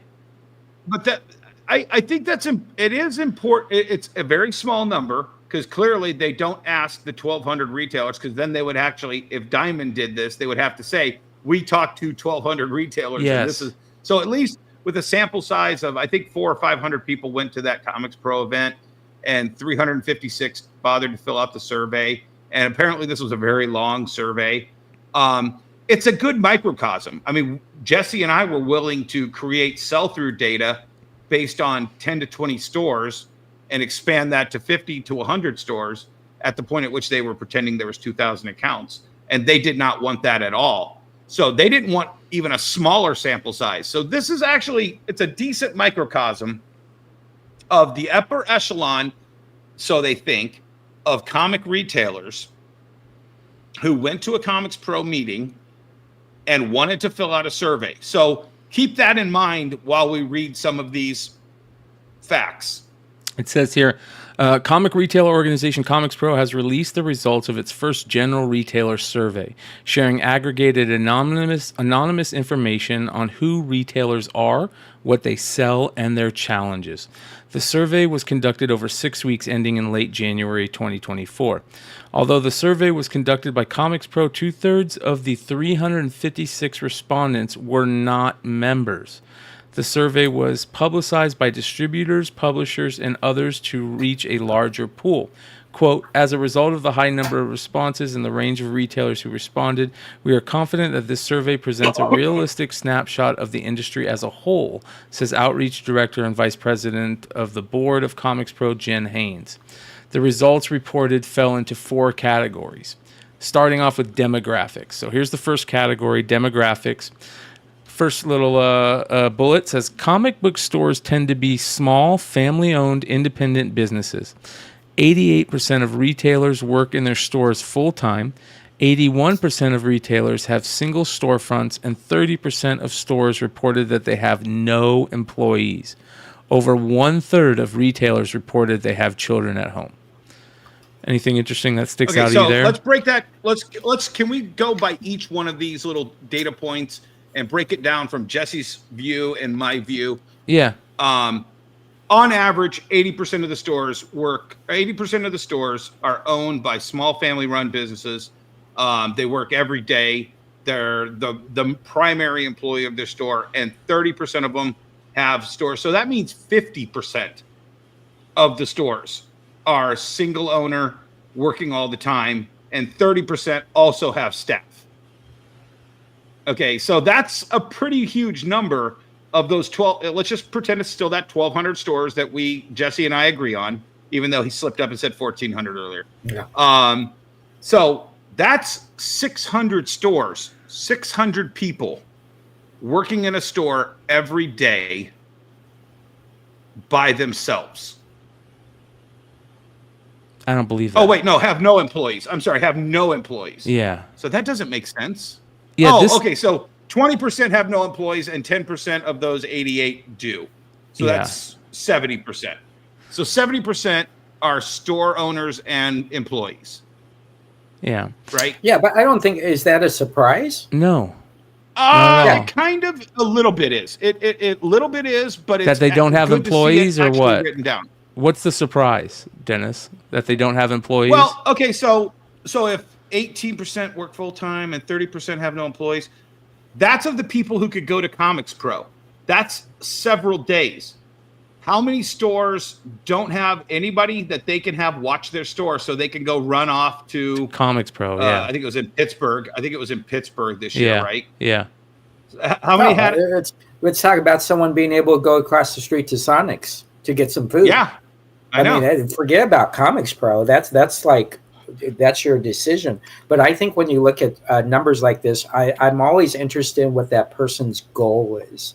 The first thing I always ask someone is, what is your future goal? Is your future goal always to be a single store owner who's just going to sell comics the rest of their life? And if that is, I'm fine with that. I'm absolutely fine with that. Right, but that doesn't give you any problem with that. But that barely gives you any time. Like, Jesse, you couldn't go live stream for 3 hours if you were the only person in your store, especially an 8,000 square foot store. Yeah, you couldn't do that by yourself. Absolutely. Stop it. Somebody's got to greet the customer. Yeah, exactly. Someone's got to greet the customers. Hey guys, I'll be right back. I just got to ring up this customer. Not only are we selling you great product, we're also selling customers in the store great product. And so I don't think there's an excuse. If you want to sell books, you have to throw out those excuses. Well, I'm live streaming, so I can't sell someone that comic. No. I'm doing both at the same time. There's a couple people in the chat that know I do this at the same time. So yes, I might be that one person who maybe can multitask. Again, that's the difference. Let's be honest. You hit it on the head right there. Yep. Here's the difference between, in my opinion, and again, my opinion isn't worth much in this. I'm not an industry person, but from the outside looking in, the key to having a successful comic book shop or retailer business is hustling. If you're not hustling, you're not going to succeed here. You have to be able to hustle, and that means being able to do a live sale after your podcast on a Tuesday night, being able to sell comics to people who are in the store and on your live sale at the same time. Doing shipping, your own shipping, which is people don't realize how hard it is to do all your own shipping too. It is very tough to do that. And another thing I've done, I've bought collections live while I'm doing live shows. So I think at the end of the day, I think there is a opportunity for someone to run their store by themselves, but they have to have this drive that one day they won't be by themselves. One day they'll be able to. That's what I was saying. Yeah, that's what I'm trying one to head day, to. Is 10 hours. You should want to achieve where you're hiring people to allow you to do the work that you're the best at and have them be as good as you at hand selling comics. And that's, I heard one of the best people I have is Ty at my store. And this kid can hand sell a comic book better than I can at my age to the young people who come into that store. When I saw him in action, I'm like, you can do this all day long, kid. And keep in mind, there's a rule of thumb when it comes to shipping. If you're the store owner shipping, right? Like today, we were talking, I shipped 5 hours today, had to ship out 400 books from last night's show. That means you're not prepping for your next show. That means you're not selling. That means you're not social networking. You're shipping. So that's 5 hours a store owner is losing selling more product. So I think it's about time management. It's about being goal orientated. It's about having hustle nonstop. And I think the final point, and I said this earlier in the show, it's okay to fail. Just resolve it, fix it, and move forward. And pivot. And pivot. Yeah. And I think so when you look at these numbers, I think that's if I took Comix Pro out and I put record store, if I put sneaker store, the numbers would all be the same. Marcus Aurelius asked, I just got here, so what is the relevance point of the survey? So everybody that is just now getting here, a big store closed down today. We've had a couple of new stores closed down. And at the same time, Comix Pro put out the results to a survey that they asked a lot of the store owners that went to Comix Pro this year. And so we're talking about what it takes for local comic shops and comic retailers to survive in this industry today. So next, let's move on to the next one. The next point. This next one baffles me. Well, this next point is kind of silly, and I don't want to stay too much on it. It just talks about the identity, how people identify, whether they identify of color, LGBT plus, female or non-binary, that type of stuff. And you know, it is I don't what know it why is. this is the second part of the demographic. I Yeah. just don't. Yeah. So This has nothing to do with selling comic books. yeah. You know, it just doesn't. And then it says the vast majority of comic stores retailers identify as Caucasian and male. 10% of retailers identify as people of color. 11% of comic retailers identify as female or non-binary. 10% of retailers identify as LGBTQ+. All right, it is what it is. We'll continue. Yep. 38%. Yeah, we'll move on. 38% of comic shop retailers are between the ages of 30 and 49, while 47% are over the age of 50. I understand. That's understandable. Well, no, here, but let me just now. I want to step in and just once again catch the audience up on what I think the numbers are and what I said, which is, and then go back to who's the guy from Glenn. 88. Let's just say 80% are family-owned independent businesses. They're mostly white men, straight white men. Who have children at home. Over 1/3 have children at home. And now we're finding out they're between 30 and over 50. Yeah. Okay. That it doesn't baffle me because that seems to be the demographic when I go to a comic book show or I go into a comic book store. That's who's buying comic books. Yep. And these people are the people who buy the comic books to sell to the people who are almost just like them buying the comic books. Yeah. Right, but this is a generational thing. So pre-30s, right? They didn't grow up in what we grew up in. They grew up into the Video computer games. world. Yeah. So those pre-30s are guys that are live streaming, guys and gals that are live streaming only. Yep. With no intent on opening stores or opening stores. Three Rivers did ask a question about what do you guys think about providing shipping services out of your store by a monthly fee to sellers. So I am the official shipper for Stan Sakai, and we ship out all his books, whether it be auctions, web page, we handle all that for them. So Three Rivers, we are already doing that. We do that with another publisher as well. I think it's a very good way to use that backroom space and keep more employees available. So I just wanted to answer that one real fast. And I'll answer that from my aspect. Yeah. So I bought out four publishers of all their backstock over the last 10 years. Those publishers, all of those books are out of print. I am the exclusive distributor for like Devil's Due. I have all the remaining inventory of Halloween Night Dance. That is an evergreen product for me. I cultivate these publishers' inventory to maintain that the customers who love that product, and all of it's available through Amazon and eBay. So those ship out all over the world all the time. In fact, one of the creators on Halloween Night Dance was like, how do you have these? This thing's been out of print for 10 years and I don't even have a copy of it anymore. Can I buy some from you? And I was like, dude, I can give them to you at cost. Just, get a hold of me. Here's some copies. And he was in England. So, there's just things that if you feel like you can do them, you do them. I have a 12,000 square foot warehouse with a 4,000 square foot online inventory space with a 1,200 square foot shipping center that's manned by 2 people 7 days a week. That is what we do. Yep. Yeah, that's cool. Sales. Yep. All right, here we go. Next, almost half the retailers surveyed, 47%, have been in business 21 years or more. Which Cardiangelo had been Yeah. in business for 21 years. Yep. Jesse doubles that at 42. Yep. I am 2 years shy of that at 19. Okay. But that's who gets to go to Comics Pro. People who have been in the business 21 years, despite the flaw that they are straight white men with families and et cetera above there. that's important. That's huge. How are we? What is this in this Comics Pro survey?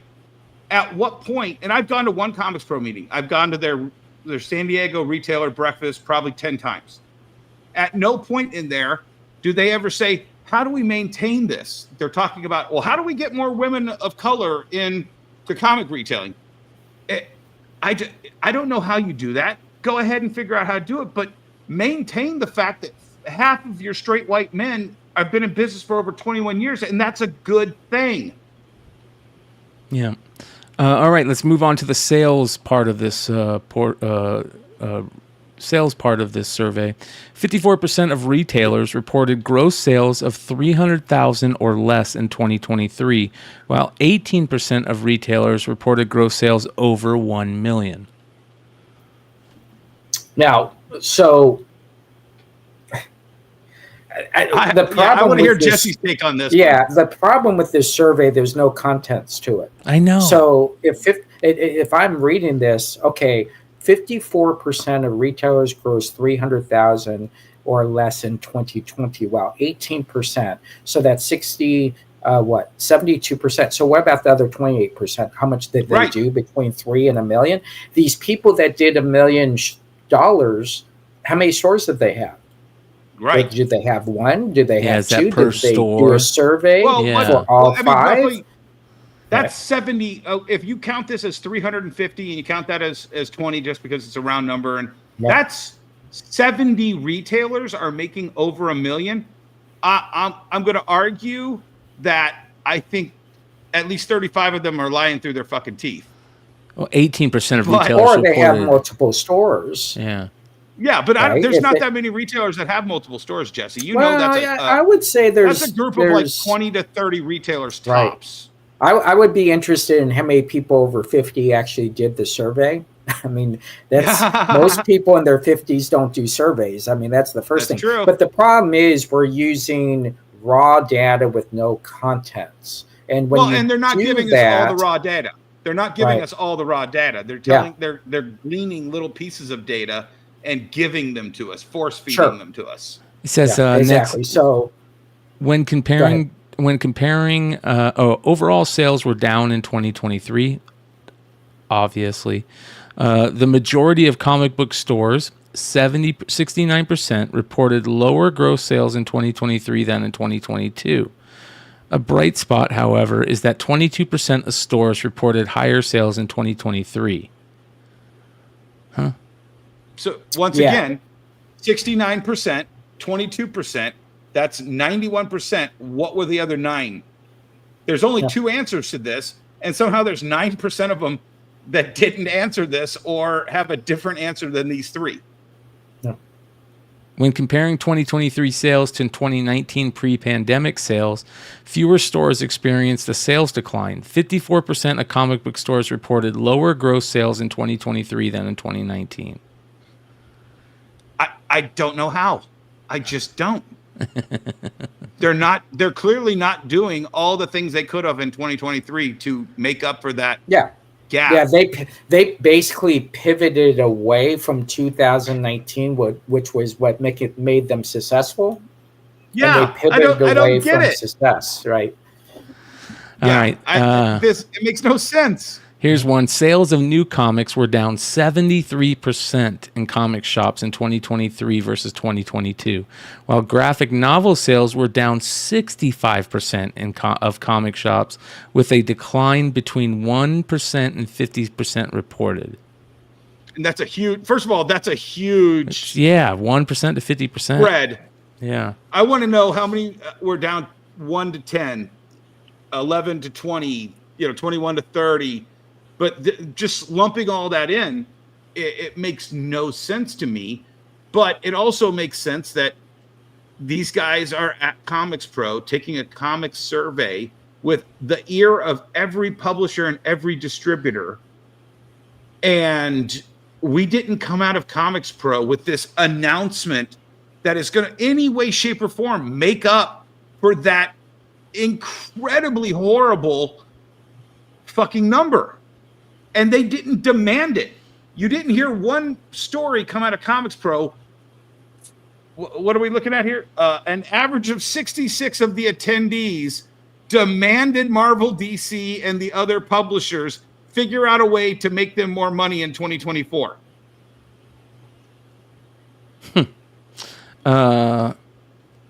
Product lines. This is interesting. The three main products that a comic stores sell are new comics, which doesn't make sense if new comics. Are new comics, graphic novels, and back issue comics. Duh. What's missing from that, Brian? What? Manga. Yeah. Pops. The number one fastest growing subset of the comic genre. And for an organization that's so egregious in pushing book sales, there's not one stat about, are book sales propping all these guys up? I don't know. It's not one of the three product mixes. Right. Well, I will. Yeah. Let me jump here on this. So to look at it at a different angle. No one who's a back issue store, right, sells back issues primary is going to a Comics Pro meeting. There would be no reason to go, right? So you have stores that are primarily new issue companies going to a event that technically mirrors with the publishers. Now, I've never been to one, so I couldn't actually tell you. So I would take this with a grain of salt that we're looking at stores that their primaries are new issues and back issues are their bonus part of their sales. Because again, even though I sell new issues at a very small number amount, it wouldn't be worth my time to go because there would be nothing I could learn from it. And once again, back to what I said, the week I opened my store in 2005, 19 years ago, floppies are going to be dead and it's all going to be graphic novels. Well, clearly it's not, because 38% of their sales are comic books, 18 are graphic novels. Both of those are way down, 16%, and back issues are only 18%. So the people who go to Comics Pro have everything ass backwards. Next, it says diversification of products has become the norm. Most comic stores sell non-comic product. Okay. Funko Pops. Yeah. With these people, it's Funko Pops and T-shirts. I guarantee you, that's pretty much all of it. Over 80% sell toys. Over 60% sell card games. Over 50% sell board games and role-playing games. I'm very surprised that a comic book shop can make it these days without having a TCG part of their business. Whether that's bringing in people to do tournaments, selling the product, whatever it is, the trading card TCG aspect of a comic book shop has to be there, in my opinion, right? I think that's a size issue. First of all, I'm very fortunate. I have 26-foot tables in my store for TCG. Most stores I go to across the nation are lucky they have 2 or 1. Right. Yeah. And that's the other thing is let me tell you, we were talking about those blank walls and the price per square foot. And Jesse said you eat 3 feet for ADA of all of your floor plan.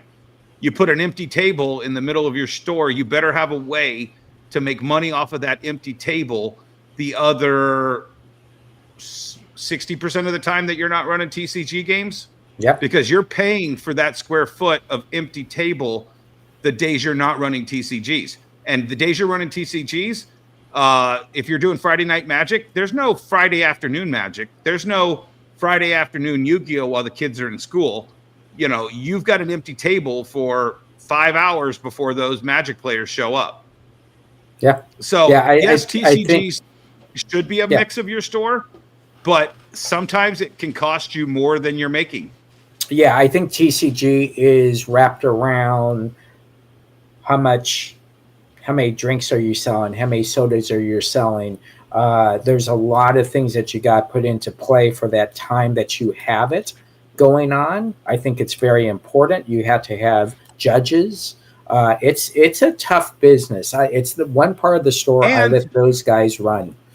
And I'll be as controversial as Jesse. We're still in Unfiltered. I have found that a lot of my customer shrinkage comes from a lot of those TCG players, and there's always one shark in almost all of your TCG groups who will undercut the store and sell out in the parking lot the things that you make your money off of. So you're inviting in a lot of people who are trying to figure out a way to use your store that you're paying the square footage on to make their nut. Have you found that, Jesse? That's always with comic shops and card shops. I think it is. Can't get mad at that. I've always looked at shrinkage as the cost of business. You can spend all your time on that 1% or sell more to the 99%. And so you have to identify those people, approach them, take them outside, ban them, talk to your players. I think what we've done over the last 2 decades now is we created this brand trust. So many people will come over and say, hey, by the way, that person is selling out of their phone. Hey, that guy approached me outside. And so creating brand loyalty, you got to keep in mind, these are people that are growing up in your store. They're going from Pokemon to Yu-Gi-Oh! To Magic to Lorcana. So and one final thing, these are kids that bring you their driver's license. Oh my gosh, I got my driver's license. Oh my gosh, I graduated from high school. Oh my gosh, I got my first job. Oh my gosh, I'm going into the military. Why? Because you're the store they grew up in. Yeah. Well, I got a funny story, total non sequitur. Let me just hit it real quick and be done. I went in to go get my son's phone upgraded, and all of a sudden, the kid behind the counter recognizes me. And he's like, oh, you're Dennis from Wonder World Comics. It's me, Zach. And I'm like, little Zach? And the guy's the manager. He's like, you caught me shoplifting Naruto packs 15 years ago, and you did not let me slide. Like, I had him and the other 2 kids he was doing picking up garbage in my parking lot after I busted them as punishment. Hell yeah. With their parents' permission. Yeah. And, dude, that kid is now the manager of a T-Mobile store. And he thanks me for setting him right. So even when you do get that shrinkage and you do get those bad elements, if you handle it right, that's the community aspect. A kid's life forever. Yeah. That's a community raises its children, right? And community is you. It's us. That is a community, and it's important that absolutely the community includes places like card shops and comic book shops to teach kids those type of lessons. How many kids grew up and have a story about stealing something, getting caught stealing something or something like? Those are the important lessons to learn that a community teaches, and there needs to be those places in those communities. So. Yeah. All right. Next, it says other items mentioned by over animals. Yeah, stuffed animals, apparel, packaged food, and drink, and prose books, just like Jesse said. Yeah. The majority of sales occur inside retail stores, but stores are also looking for sales outside their 4 walls. 31% of retailers sell directly to schools and libraries. That's a good idea. I never thought about that. 29% of sell at comic conventions. 69% sell via mail order online sales. So there you go. People are learning here's quickly. The thing, Jesse. Yep.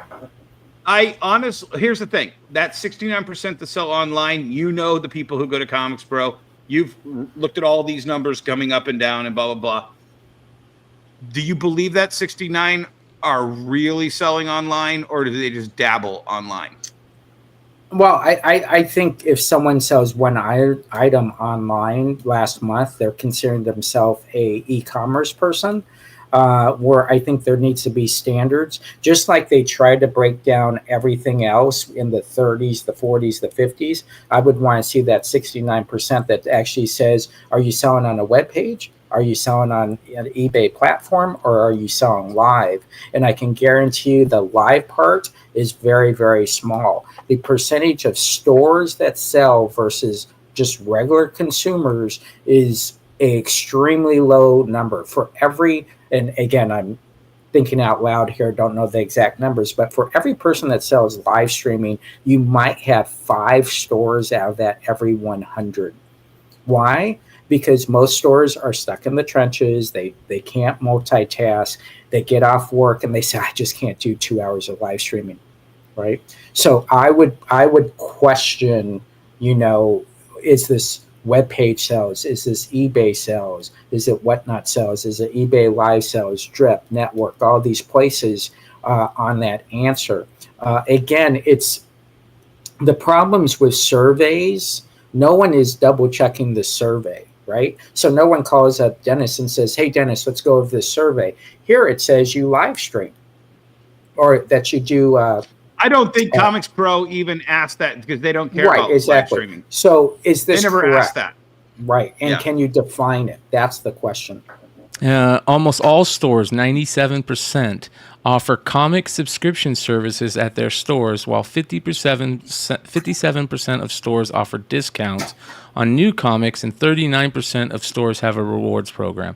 I feel like if you're selling new comics, 99% of retailers breathe oxygen and convert it into carbon dioxide. Yeah, if you're selling new books and you don't offer discounts for box holders or a rewards program, you are just handing out money. Let's zero in on that 3% that said no.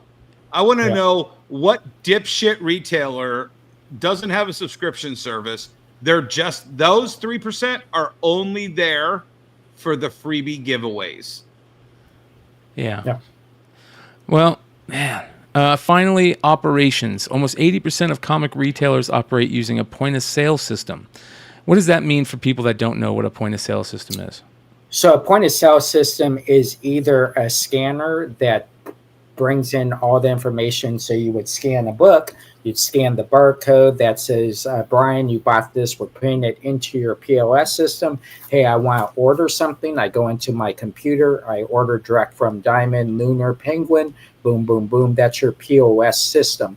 Now, the notion is we're no longer using actual POS systems. Most of us use Square. I can't think of all the little more Square, compact. Clover. Yeah, Clover. Yeah, that's what I was thinking of. Yeah. So we've evolved away from these big mega computers. Well, can I also state? Yeah. Diamond Comics pushed their POS system to the point where so many retailers had them. I think it was like 20 or 30% of the big Diamond number had those POS systems. And then they just became giant bricks for a lot of people because Microsoft no longer serviced those. And they were, you're using so I thought Diamond, Emmett in the chat says he's still using the comic suite from Diamond. I thought that it no longer worked because Microsoft had pulled the software updates or something, and Diamond wasn't paying them to do it anymore. Oh, it's a brick now. Okay. Yeah, I thought that's what the case was. But then guess who picked up the slack?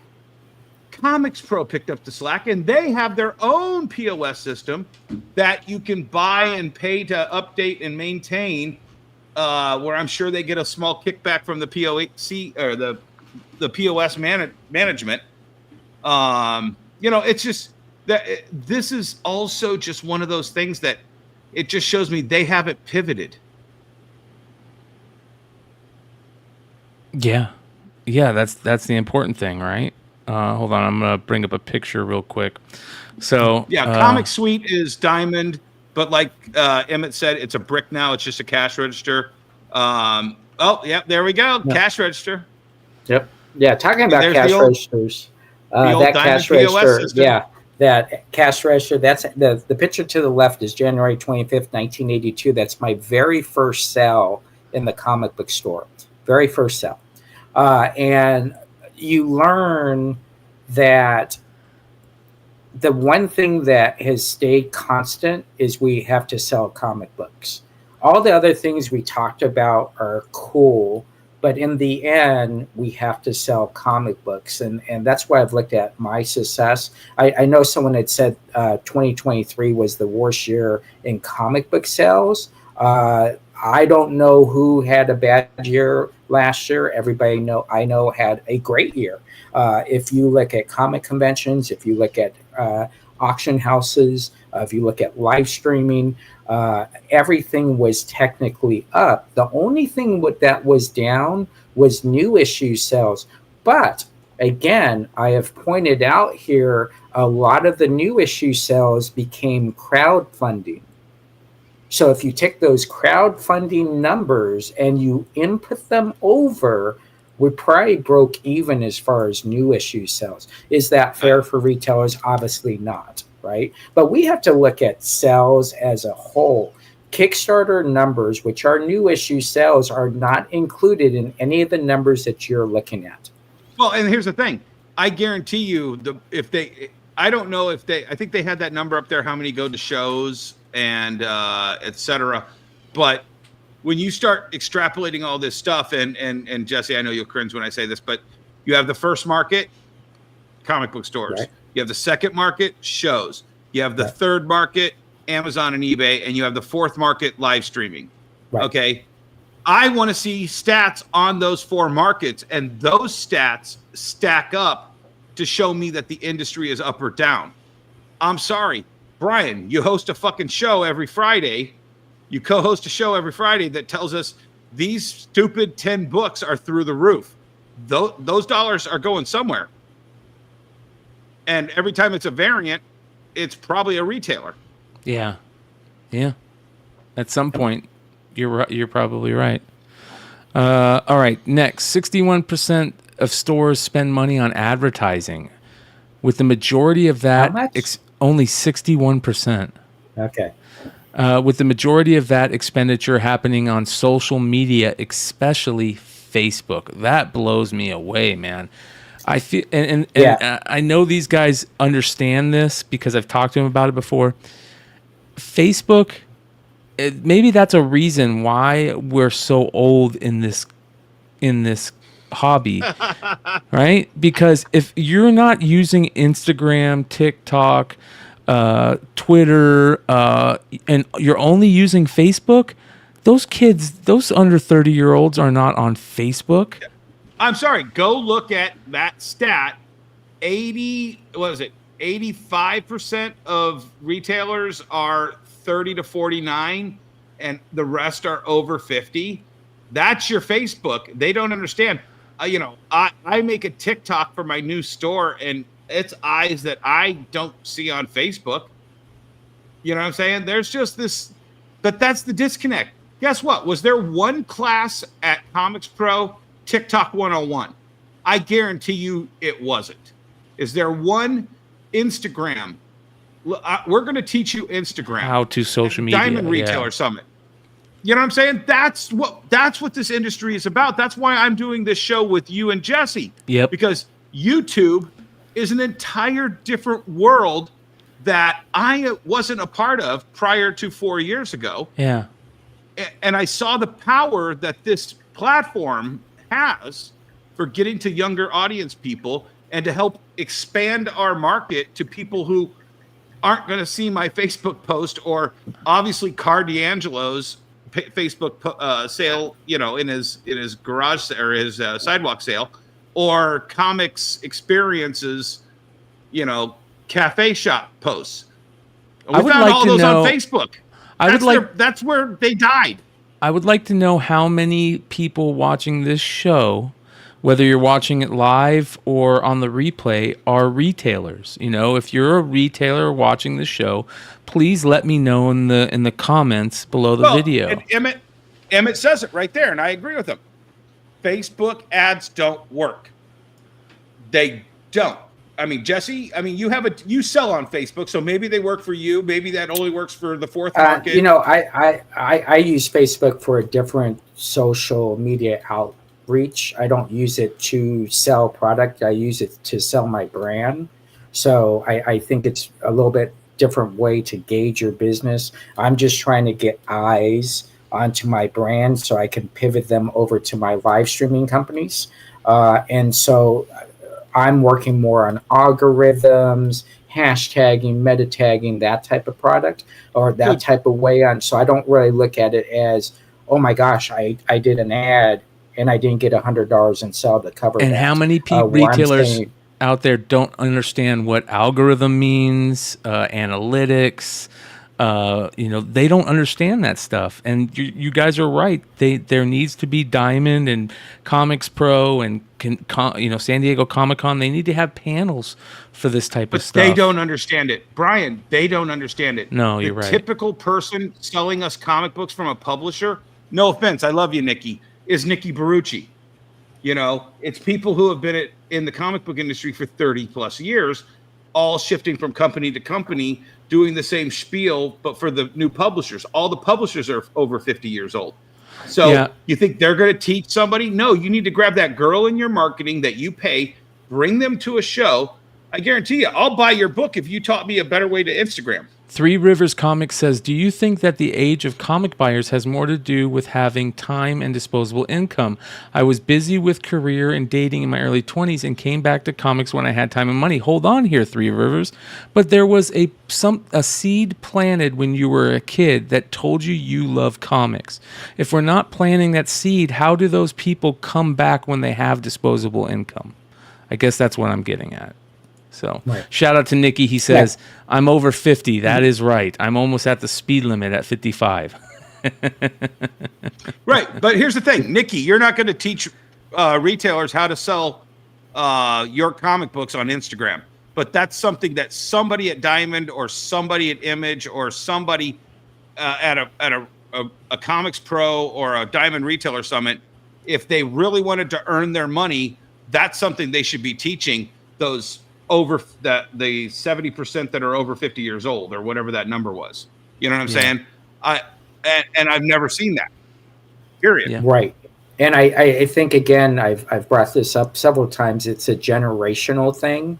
If you grew up in the 70s collecting comic books, you have this huge collection of Hulk, Fantastic Four. You're going to find a way to continue to complete those runs because now everything is legacy, right? There's no longer separation of titles. It's a continual growth. That's why you see 900th issue of Venom, even though it's only technically on issue 33. So it says Legacy 900.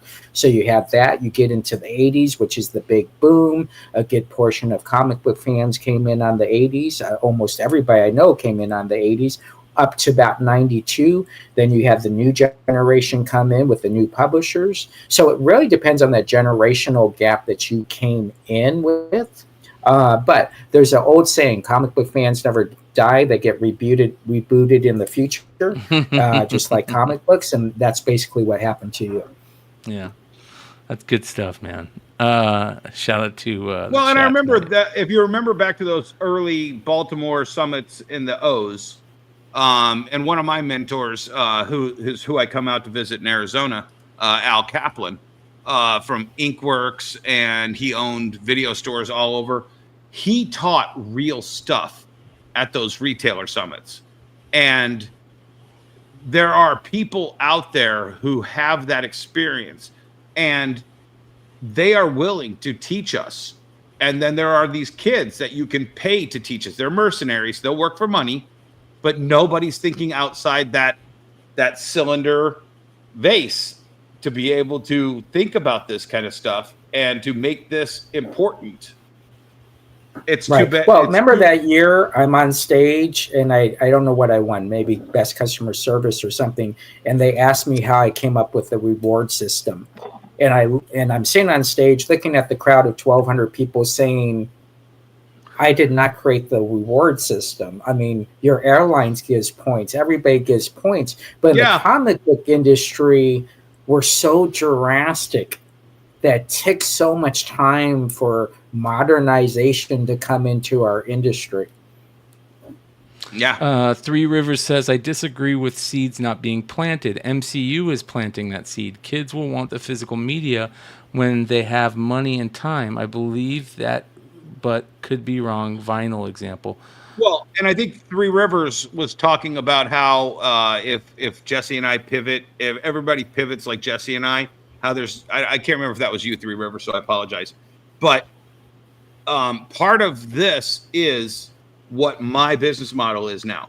I have 4 giant rows of comics that stretch across a 25, 30-foot wall of $2 X-Men, $2 Fantastic Fours. When they announce casting for Fantastic Fours, I sell Fantastic Fours. I've got $5 Deadpool issues. I've got $5 Spawn books.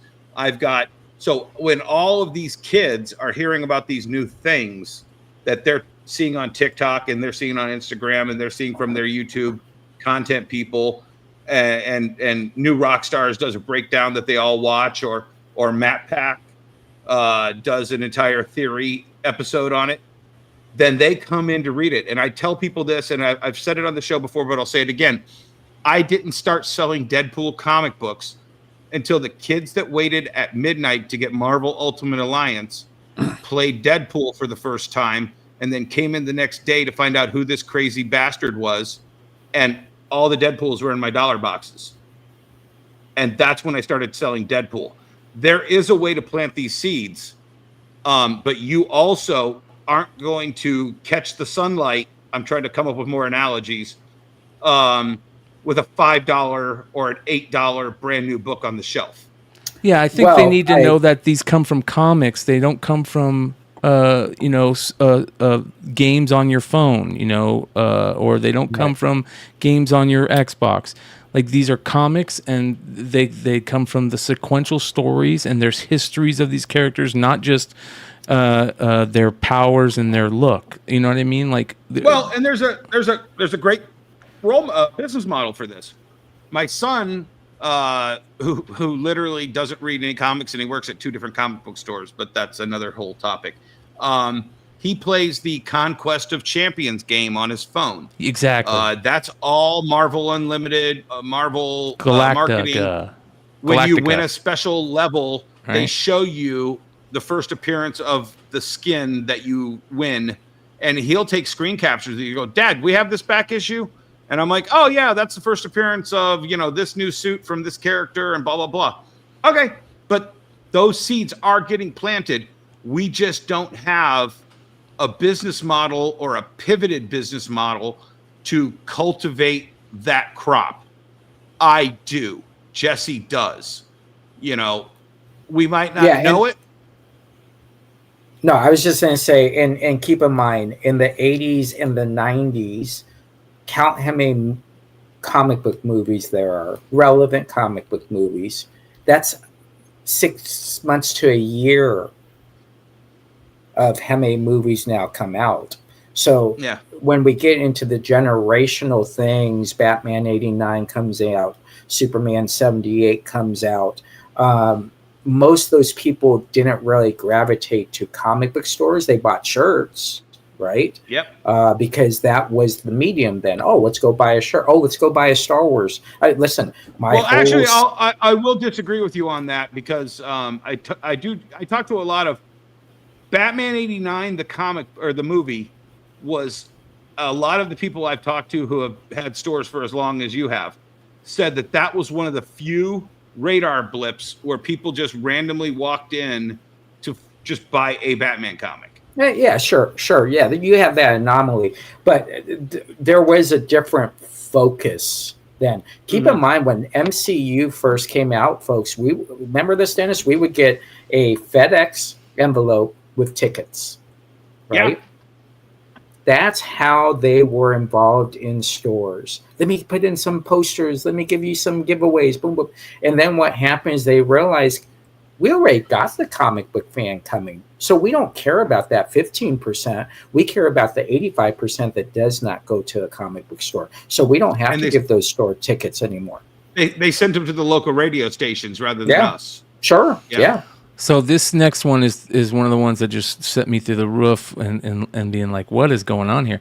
When asked to rank a variety of different factors that are important to the success of their businesses, retailers rated the shipping costs from distributors and incentives such as returnability and extra discounts as most important.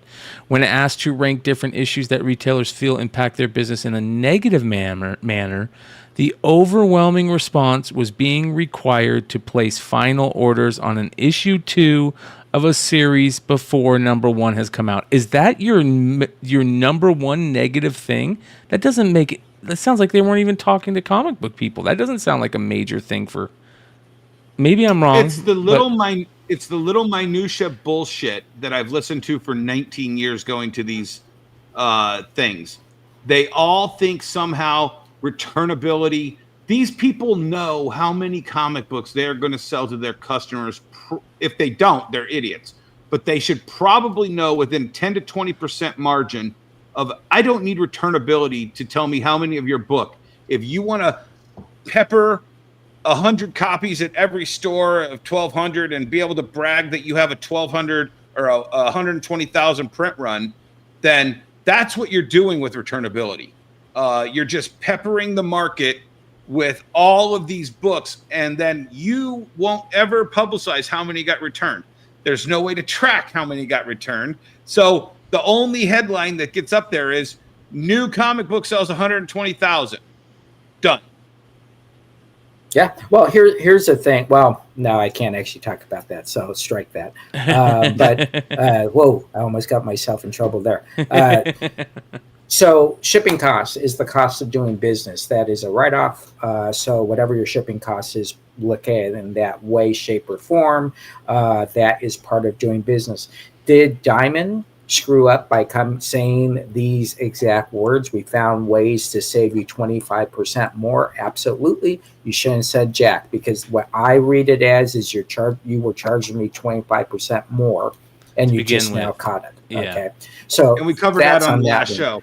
Yeah. Here's a prime example of returnability. I get it, but how about a store actually order what you can sell and not worry about returnability and ripping off pages and sending them in or doing affidavits and spending all that time? Just order what you need. Well, right? and I argue this. I've argued this since 2009. I do not want to destroy the thing that I have been entrusted with in our community. When you make me tear the cover off a comic book, I think you're making me tear up art. Every one of those comic books is somebody's art. Some writer wrote that. Some comic artist drew that. And when you make me rip that off and call it garbage and throw the other half away and make me sign an affidavit that I've destroyed the rest of them so I can send you a cover so I can get a pittance of what I paid you. And basically I gave you a short-term loan because I got charged for all that shit when I got it. And eventually you'll let me have some money back when I send you this cover by destroying my art or your art, the art that I've been entrusted with. I find that incorrigible if we're pretending that this is an American art form. Right. And I think they are banking on stores that don't do returns. They just eat it. Oh, I order. So they get to make an 100 extra 10 or 20%. Yeah. Yeah, exactly. I won't even send them back. And so, as I travel across the nation, I go into dollar bins and, we've done this so long, we just have to look at the top of comics to know what years they came out. Color there's coding. the 70s. There's the 90s. Exactly. Color coding, all that stuff. And when you get to some stores and you see 30 Berserker number 7s in their dollar bins, and they're willing to take that loss because of time, that tells you where it is. Now, there are some stores that, and best of luck to them, and I wish them well, that they have to have returnability. They are dead set on having returnability before they order something. And that's fine also. But when you look at shipping costs and returnability as 1 and 2, I don't know. What was the big? What was the big thing that you said? Secondly, Oh, that their number one negative thing that they have is that it's hard to sell issue number 2 when you don't have enough time to sell issue. What was it? Hold on. Yeah, but here's the thing: that there's so few books that are bi-monthly. Yeah. That this only applies to bi-monthly books. I guarantee you have 1 week of sales in your database or your sell-through sheets or your cycle sheets, right, to be able to determine how many issue number 2s you're going to sell in 1 week. right. Okay, that is a non-issue to me. That is just somebody whining that they want more time or they want returnability on issue 2. So that's why they're bitching about this as the number one bitch. Yeah. And I'm sorry if that's what you need. There's no way that's the number one negative part of the fact business. That here's my number one beef. If I was still selling new comic books, you have $5 comic books in a trade paperback that cost $29.99. Okay, the trade paperback used to be cheaper than buying the 5 issues. You got a discount for buying the 5. Now it costs the same, if not more. Yeah. So you're training the customer to not buy your single issues, and just then wait we for the got to trade upfront more money to trade weight. Yeah. But I guess because we're playing inside baseball right now. Yeah, sorry. Listen, the audience is probably bored out of their mind. Yeah. The number 2 is a book that if you sell out, you can reorder 99.9% of the time, right? Because they do overstock in that. So that doesn't make sense. Okay. Next, up to something else. And I want to address Lee Rogers' comment. Can you bring that up on screen? Lee says, comics have always been discretionary spending, and during these times where money is drying up due to inflation, most comic shops will start to close. Well, and where it's very true. And I used to be able to gauge comic sales based on what the price of gasoline was across the street at my store. If gas goes higher than a price of a comic book, I know I'm going to sell less comic books. I always used to be able to do that. I would see that if I saw a 20% fluctuation over there, I knew I was going to have a 10 to 20% fluctuation down over here. So he's absolutely right. However, yes, you're going to see it if the comic shops are stupid and they don't pivot and they don't figure out a different way, because we all see the writing on the wall. Okay. But the fact that you're not pivoting and you're looking at the easy option of closing rather than pivoting and figuring out a way to make more money, then you should close. But you should start cutting those orders back to sell through like Jesse does, like I've done several times. There was a period of time where I'm like, I'm not going to put one extra issue of this book on the wall. I know what my sell through is. I'm going to buy sell through. I sold through. I pulled that tag off the wall. I tightened up my wall so there's no holes. Thank you, Phil Boyle. And I had sell through. That's a profit margin. And if I ate a book over here, it was for a reason, because I knew I wanted to have that book in 2 or 3 months. So comics, but these stores have to get smart and start trimming back, or they will close. Comics Pro President Joe Murray noted long-term benefits of the survey and thanked those who participated. Quote, "The success of this survey helps us establish a baseline to accurately track changes in comic retailing going forward. While it didn't reveal any simple solutions, that it highlighted the importance for diversity in both products stores carry to weather downturns and a need for diversity in staffing so different voices can help us reach wider and newer audiences." I didn't see that at all. I didn't see that at all. And it's absolutely what I was talking about with Bruce Lee punching 5 inches past the target. You want to look past the forest to see a shrub on the other side. That is a sugar candy mountain that is destined to fail. You're like, oh, you can't sell gay Superboy, so you need to hire more gay employees to help sell your gay Superboy, when all of our facts show that 80% of you retailers are clearly not gay Superboy. Yeah, you're white straight men. Yeah. Yeah. Over the age of 40. So it's like, so the solution is to hire more people to sell a comic book that got canceled 6 months after your giant gimmick. Yeah. And we need to hire more people to sell those to people who might not be there at all. I just think that the key to this is always just good product. You put good product out there, people will come to good product. Well, and Emmett has a comment, but it matches this number as well. Whatever the number is of retailers that work by themselves and have no extra employees, whatever that was, 50%, 60%, 70%, I can't remember what, we were trying to do it. They can't hire that employee because all of their fucking sales are down. And you're gleaned out of this entire survey is hire more people to people who haven't hired somebody else hired already. More diversity. Yeah. They can't afford to hire because they're all eating product. Yeah. Well, there you go, you guys. I mean, it's very grim for some stores out there. Let me answer Blind Adam's question. Yeah. No, it's not worth $80 to $100. If they paid you $50, I'd say maybe it's worth it.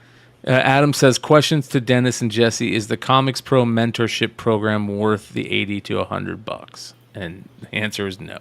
You know what? You can watch the Industry of Comics show every week for free, and you'll learn all you need to learn about the comic book industry.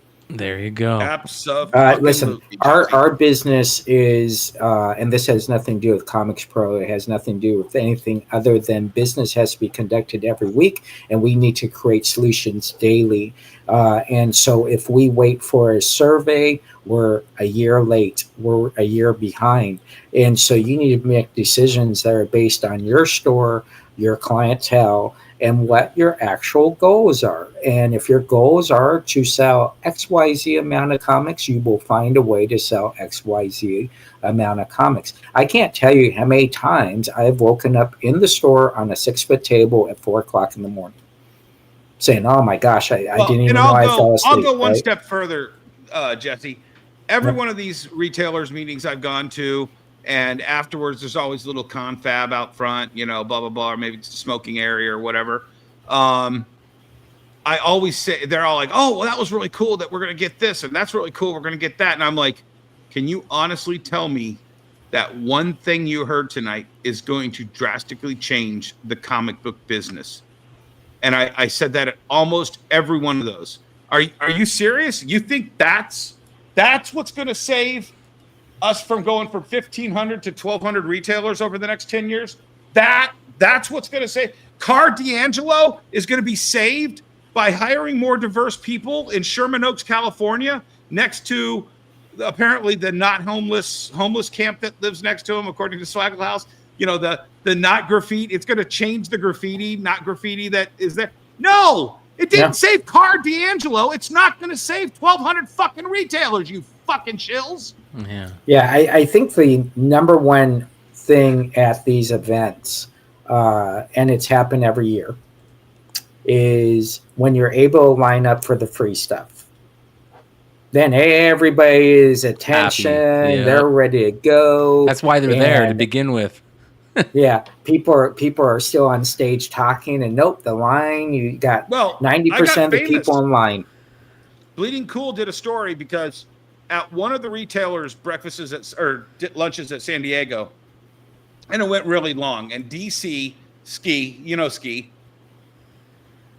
was up on stage, and Diamond had put the freebie boxes, out on the table, and all of a sudden it was.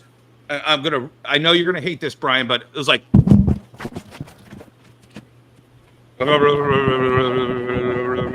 And half the audience gets up and gets in line, and they're just talking as loud as they can, and I stand up and I scream at. And meanwhile, this is Dennis Barger, hater of DC Comics, but I want to hear what Ski has to say.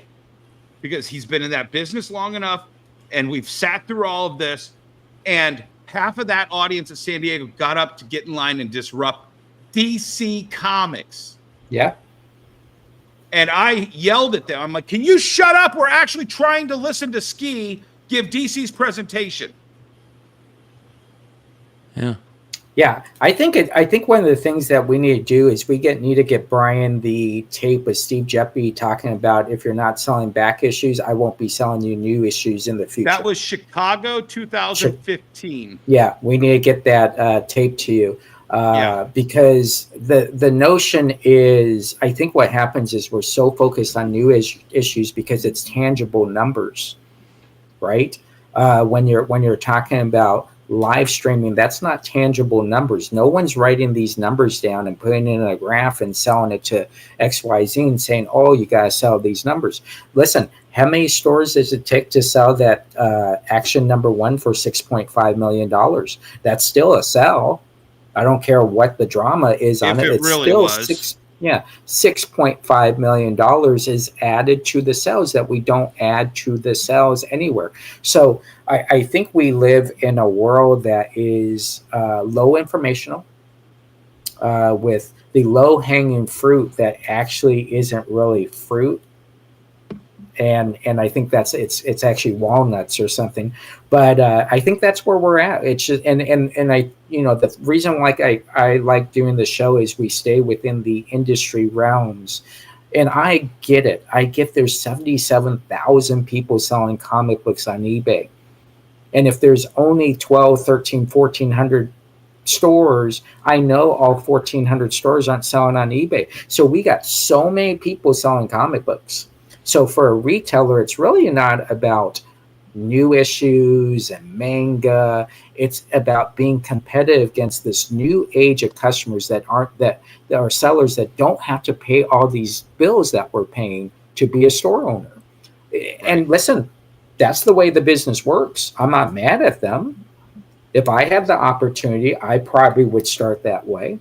So let me ask you guys, as store sorry. owners Go ahead, Brian. in your personal stores or your personal businesses, what is the biggest negative that you guys come across in your day-to-day business or whatever?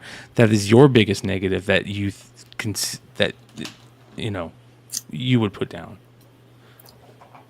Well, mine is a low information. We live in a low information world. We have, and listen, I know we just had Swigo House on here. And by information, Brian, you mean from the industry people, not from people who are saying, "Hey, this is the answer." No, right. I want it from the publisher. I want to know your print count. I want to know your sales. I want to know that information, the analytics. Right. So we're getting information from people that are talking about comic book stores, yet they don't own a comic book store. We're talking about new issues, yet they don't know what FOC stands for. Right. And so there's so much low information so that by time people come to us, they're looking at us saying, come on, that's not the way it works. What are you talking about? You guys are way out of the norm. Oh, this is how it works. Listen, I was going to say something on the show that I had to catch that if it got out, I would not have my store tomorrow. I mean, that's how sometimes we get into these conversations and these deals that happen or stuff that we see that happen. So I think at the end of the day, it's just trying to let these guys know that before you do a show, do some research. Right, I get it that when it's your. Let me finish this part. I get it when you're talking, but people need to understand that that's their opinion. And if we get the facts out, people would understand this industry. They would understand why a store would be closing. Someone said earlier you should get a store owner on here that actually sells new issues to keep it even. We have sold new issues galore. We know how to keep this even, but there's a reality sense that we have made decisions to make our business better. Well, and I want to piggyback on what Jesse said. Actually, I completely forgot what I was going to interrupt you and say. What is the negative thing out there? My negative thing is what I've said on this show several times. and it comes from every level. And Haven for Heroes, Emmett, which by the way has great videos, and everybody should definitely sub up to him. Zero marketing for publishers on books, but I'm going to expand that. It's what I keep saying. Every comic book creator needs to sell every issue like it was issue number 1. Every publisher needs to have their marketing people, rather than try to convince retailers to buy more shit, they need to be on the social media networks. Every publisher should have a TikTok flipping through the pages of every one of their books every week. They should have an Instagram of every single book that they are publishing. I follow all of them, and I see none of this. Okay? Every comic book creator finishes, not every, I've said a few out hand, and I comment occasionally, but the majority of comic book creators stop pushing after issue 1 because they know issue 1's going to drop to issue 2, and they're going to make less residuals. They're going to not have the giant. They want to push everything into issue 1, and they don't want to push issue 2. And I've seen, like on your show, I've seen Trish and Tony push every issue of Stray Dogs. Yep. I've seen Chuck P push issue 3 of Fight Club harder than he pushed all of the other issues. I know it's out there. I know it's out there, and it can be done, and nobody's pushing them. If the contract at Marvel said, writer A, you're also going to be responsible for submitting this to your social media. Or doing 5 shows, 5 podcasts. 5 shows, a podcast, or meeting influencers on TikTok and Instagram. I don't want to hear about just issue 1. I want to hear about issue 2, issue 3, issue 4, issue 5, the trade paperback, issue 6. I want to hear every issue being sold, and they are not doing it. That is what I think is the number one problem with the comic book industry right now. I want to. But isn't hold on? I want to piggyback off that. So, don't you think there is this, and we can talk about this on the next show? But there is this notion that every book is option, has a possibility to be option. I wrote a letter to the industry about you need to stop focusing on that Hollywood movie check, like Kevin Smith said, and you need to focus on the retailers. You need to focus on kids. You need, like we said earlier, plant the seeds. We do not focus on that. And I've been bitching and fucking screaming for over 15 years as I see squandered resources. And actually, the one thing I agreed with Carr is the publishers aren't giving us those tools like they used to. You remember when DC at the end of New 52 was trying to, before Rebirth, and they sent us all of the Prez bumper stickers and the look at all the lithos from Marvel. All the Scotty Young Marvel lithos. used to have a pack in the mail. They had something every week. They had that giant poster for Thor or for Battle World, and they all of that stuff. That was all in 2015, 2016. We're nowhere near that market right now because you guys stopped. Yeah. My biggest thing to throw out there, there's 2 of them.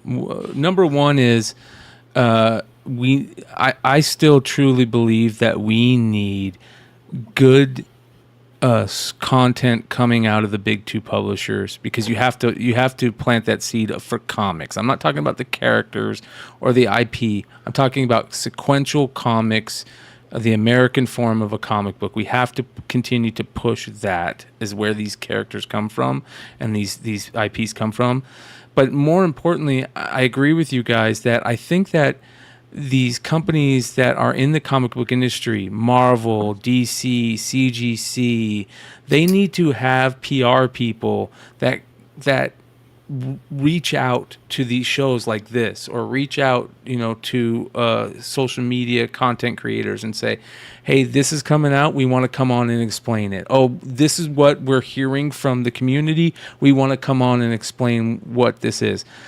That is very important nowadays, because we're that big pivot of going from being the comic shop and hearing what people are saying in the comic shop is where you hear all that news, to where now it's social media where we hear everything that we used to hear in the comic shop. Oh, this guy's writing this, or this story. Did you hear that so Jason Aaron's going to write Teenage Mutant Ninja Turtles? We hear about that more on social media than we do hanging out in the comic shop these days. Right. And we those. learned that exactly. We learned that from them. Yes. And that's the amazing part of it. Controlled narrative is one of the big things that publishers do in the comic book industry. Even though they have assets of 13, 14, 1,500 retailers at one time to be their assets, they like to control that narrative. When something comes out, we can talk about companies like Distillery, Bad Idea, all these companies that control the narrative, no matter what, if it's good or bad, whatever it is, they control that. And so a retailer is really, it's a really tough job for us to sell some of these books, because they do control that. These companies that do their Kickstarters and their crowdfundings, where you go to their Kickstarter, they got these great videos and they got this. You know what? Send us your videos. Come on. Well, that was one of the first things I said to Robert Kirkman. I'm like, I'm running a DC co-op ad on every episode of The Walking Dead. I would love a Walking Dead ad. You watched it on the TV. Now go visit your local comic book store and buy that. He had that ready that was July at San Diego. He had that ready in September because I asked for it. And we've asked everybody, and Marvel has done it a couple times. DC used to do it. They used to give us co-op money, which was great, but none of that's there anymore. No. None of it. Yeah. Well, good stuff, you guys. We are at just under 3 hours. Hey, can we throw up that the thing I wanted to close with real quick? Yeah. The Gary Reed thing. Yeah, so I want to remind everybody, if you're not subscribed to the channel, please hit that subscribe button if you like the content that you see here. We do things different on this channel. We have different shows with different feels for each show. Of course, you guys get the industry show every Tuesday night. Tomorrow night, we have our main collectors show where we talk about the market report, collectibles market report, action figures, collecting sports cards and comics, of course. It is our main collector show. And then, of course, we do the Hot 10 comics on the secondary market every Friday night on the House of Stein Hot 10 show. And Saturday night is our Modern Comic Mayhem show. That is where all the debauchery happens. So come hang out with us, sub up, check out the content. And if you think I rant enjoy. Here, I rant there even better. Yeah. Yeah. And I don't know if you mentioned Thursdays being specialty nights. Those we have some cool specialty night stuff coming up. Yep. The one thing with this show, it's very challenging when your industry show on a Tuesday night. If you don't know, that's a very important night in retail. So, yeah. And I actually had a very large retailer tell me, "Are you fucking high, Dennis? Yeah. I can't do a show at 6 o'clock on Tuesday night. I'm still processing that's books." Pretty funny. Yeah. Yeah. So you guys, content every night of the week. That's what we want to give you, and we hope you guys enjoy it. Shout out to Haven for Heroes for the $10 super chat. Shout out to Kal-El for the $20 super chat. Shout out to everybody that supports us at this channel with whatever you do. I want to remind everybody also, listen, we also love to sell you guys great collectibles, great comics, great collectibles, whether it's sports cards, trading card games, comic books, action figures, all that type of stuff. You guys can find all those great sales here too. eBay Live is where you can find Jesse James Comics and great sales. He does live sales over there all the time. Wonder World Comics, you guys can find Dennis's stuff on Amazon and on eBay, and check out his 2 stores in the Mall of Monroe. And coming soon, I'll be doing some sales coming here soon. I finally got product starting to show up, so we're going to be doing some live sales, also eBay Live, YouTube. We're going to do our best to bring you guys great collectibles, whether it's through content or the collectibles themselves. So ending the show, I want to talk about this note here, that lessons I learned from Gary Reed that you wrote up, Dennis. Yeah. So my mentor, one of my mentors, is Gary Reed, Caliber Comics. To even say he's just Caliber Comics isn't enough. He did so much for the comic book industry. He passed away, and I had to speak at his funeral. I wrote this the night before his funeral and actually had my first heart attack, and I didn't know I was having it. I thought it was a panic attack because I was just so emotional over writing this. But there's so much of this that comes up in every one of these industry shows, and I just want to have this out here just for me to go through. You can never conquer the comic book industry. That's one of the first things. I'm sure at some point in all the amazing things that Card was doing, he thought, oh man, I'm on top of this fucking game. I'm in Comics Pro. I've got Jeff Johns as a business partner. I've got Patton Oswalt coming in. You can never conquer the comic book industry. It's okay to fail and move on. Jesse has brought that up so many times tonight.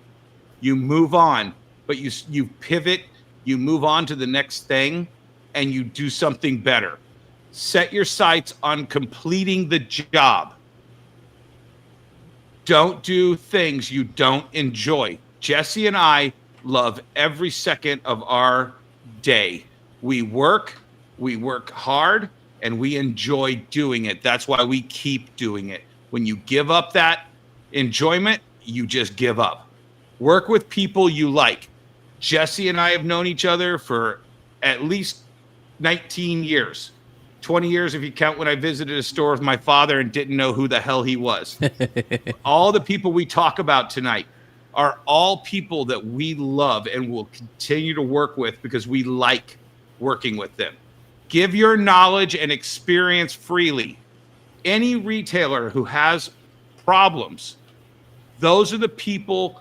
Just get a hold of us. Get into the chat. Watch this show. Share. If you're hearing that your local store is, share this show with them.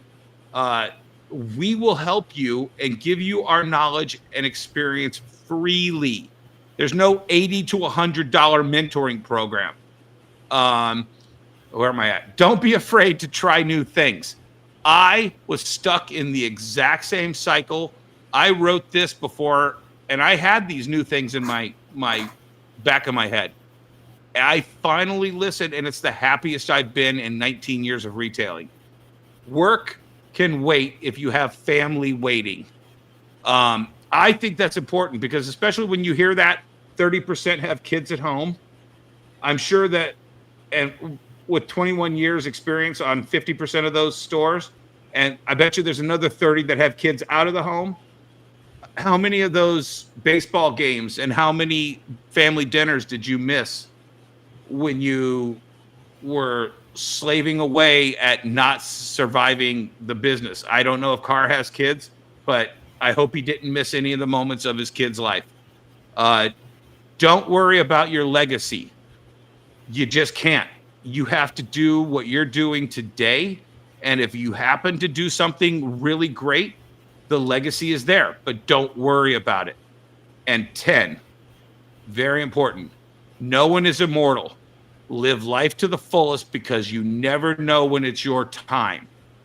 I almost died 7 years ago. You know, Jesse, I think you had a health scare a while back, right? Yeah. Brian, I know you have. You know, these things are inconsequential to being alive, to be able to share your knowledge and do all the stuff that those first 9. Get yourself right, and then everything else falls into place. Amen. Have fun at this, guys. Amen. Good shit right there. Ladies and gentlemen, we love you. We appreciate you, and we'll see you next time. Adios.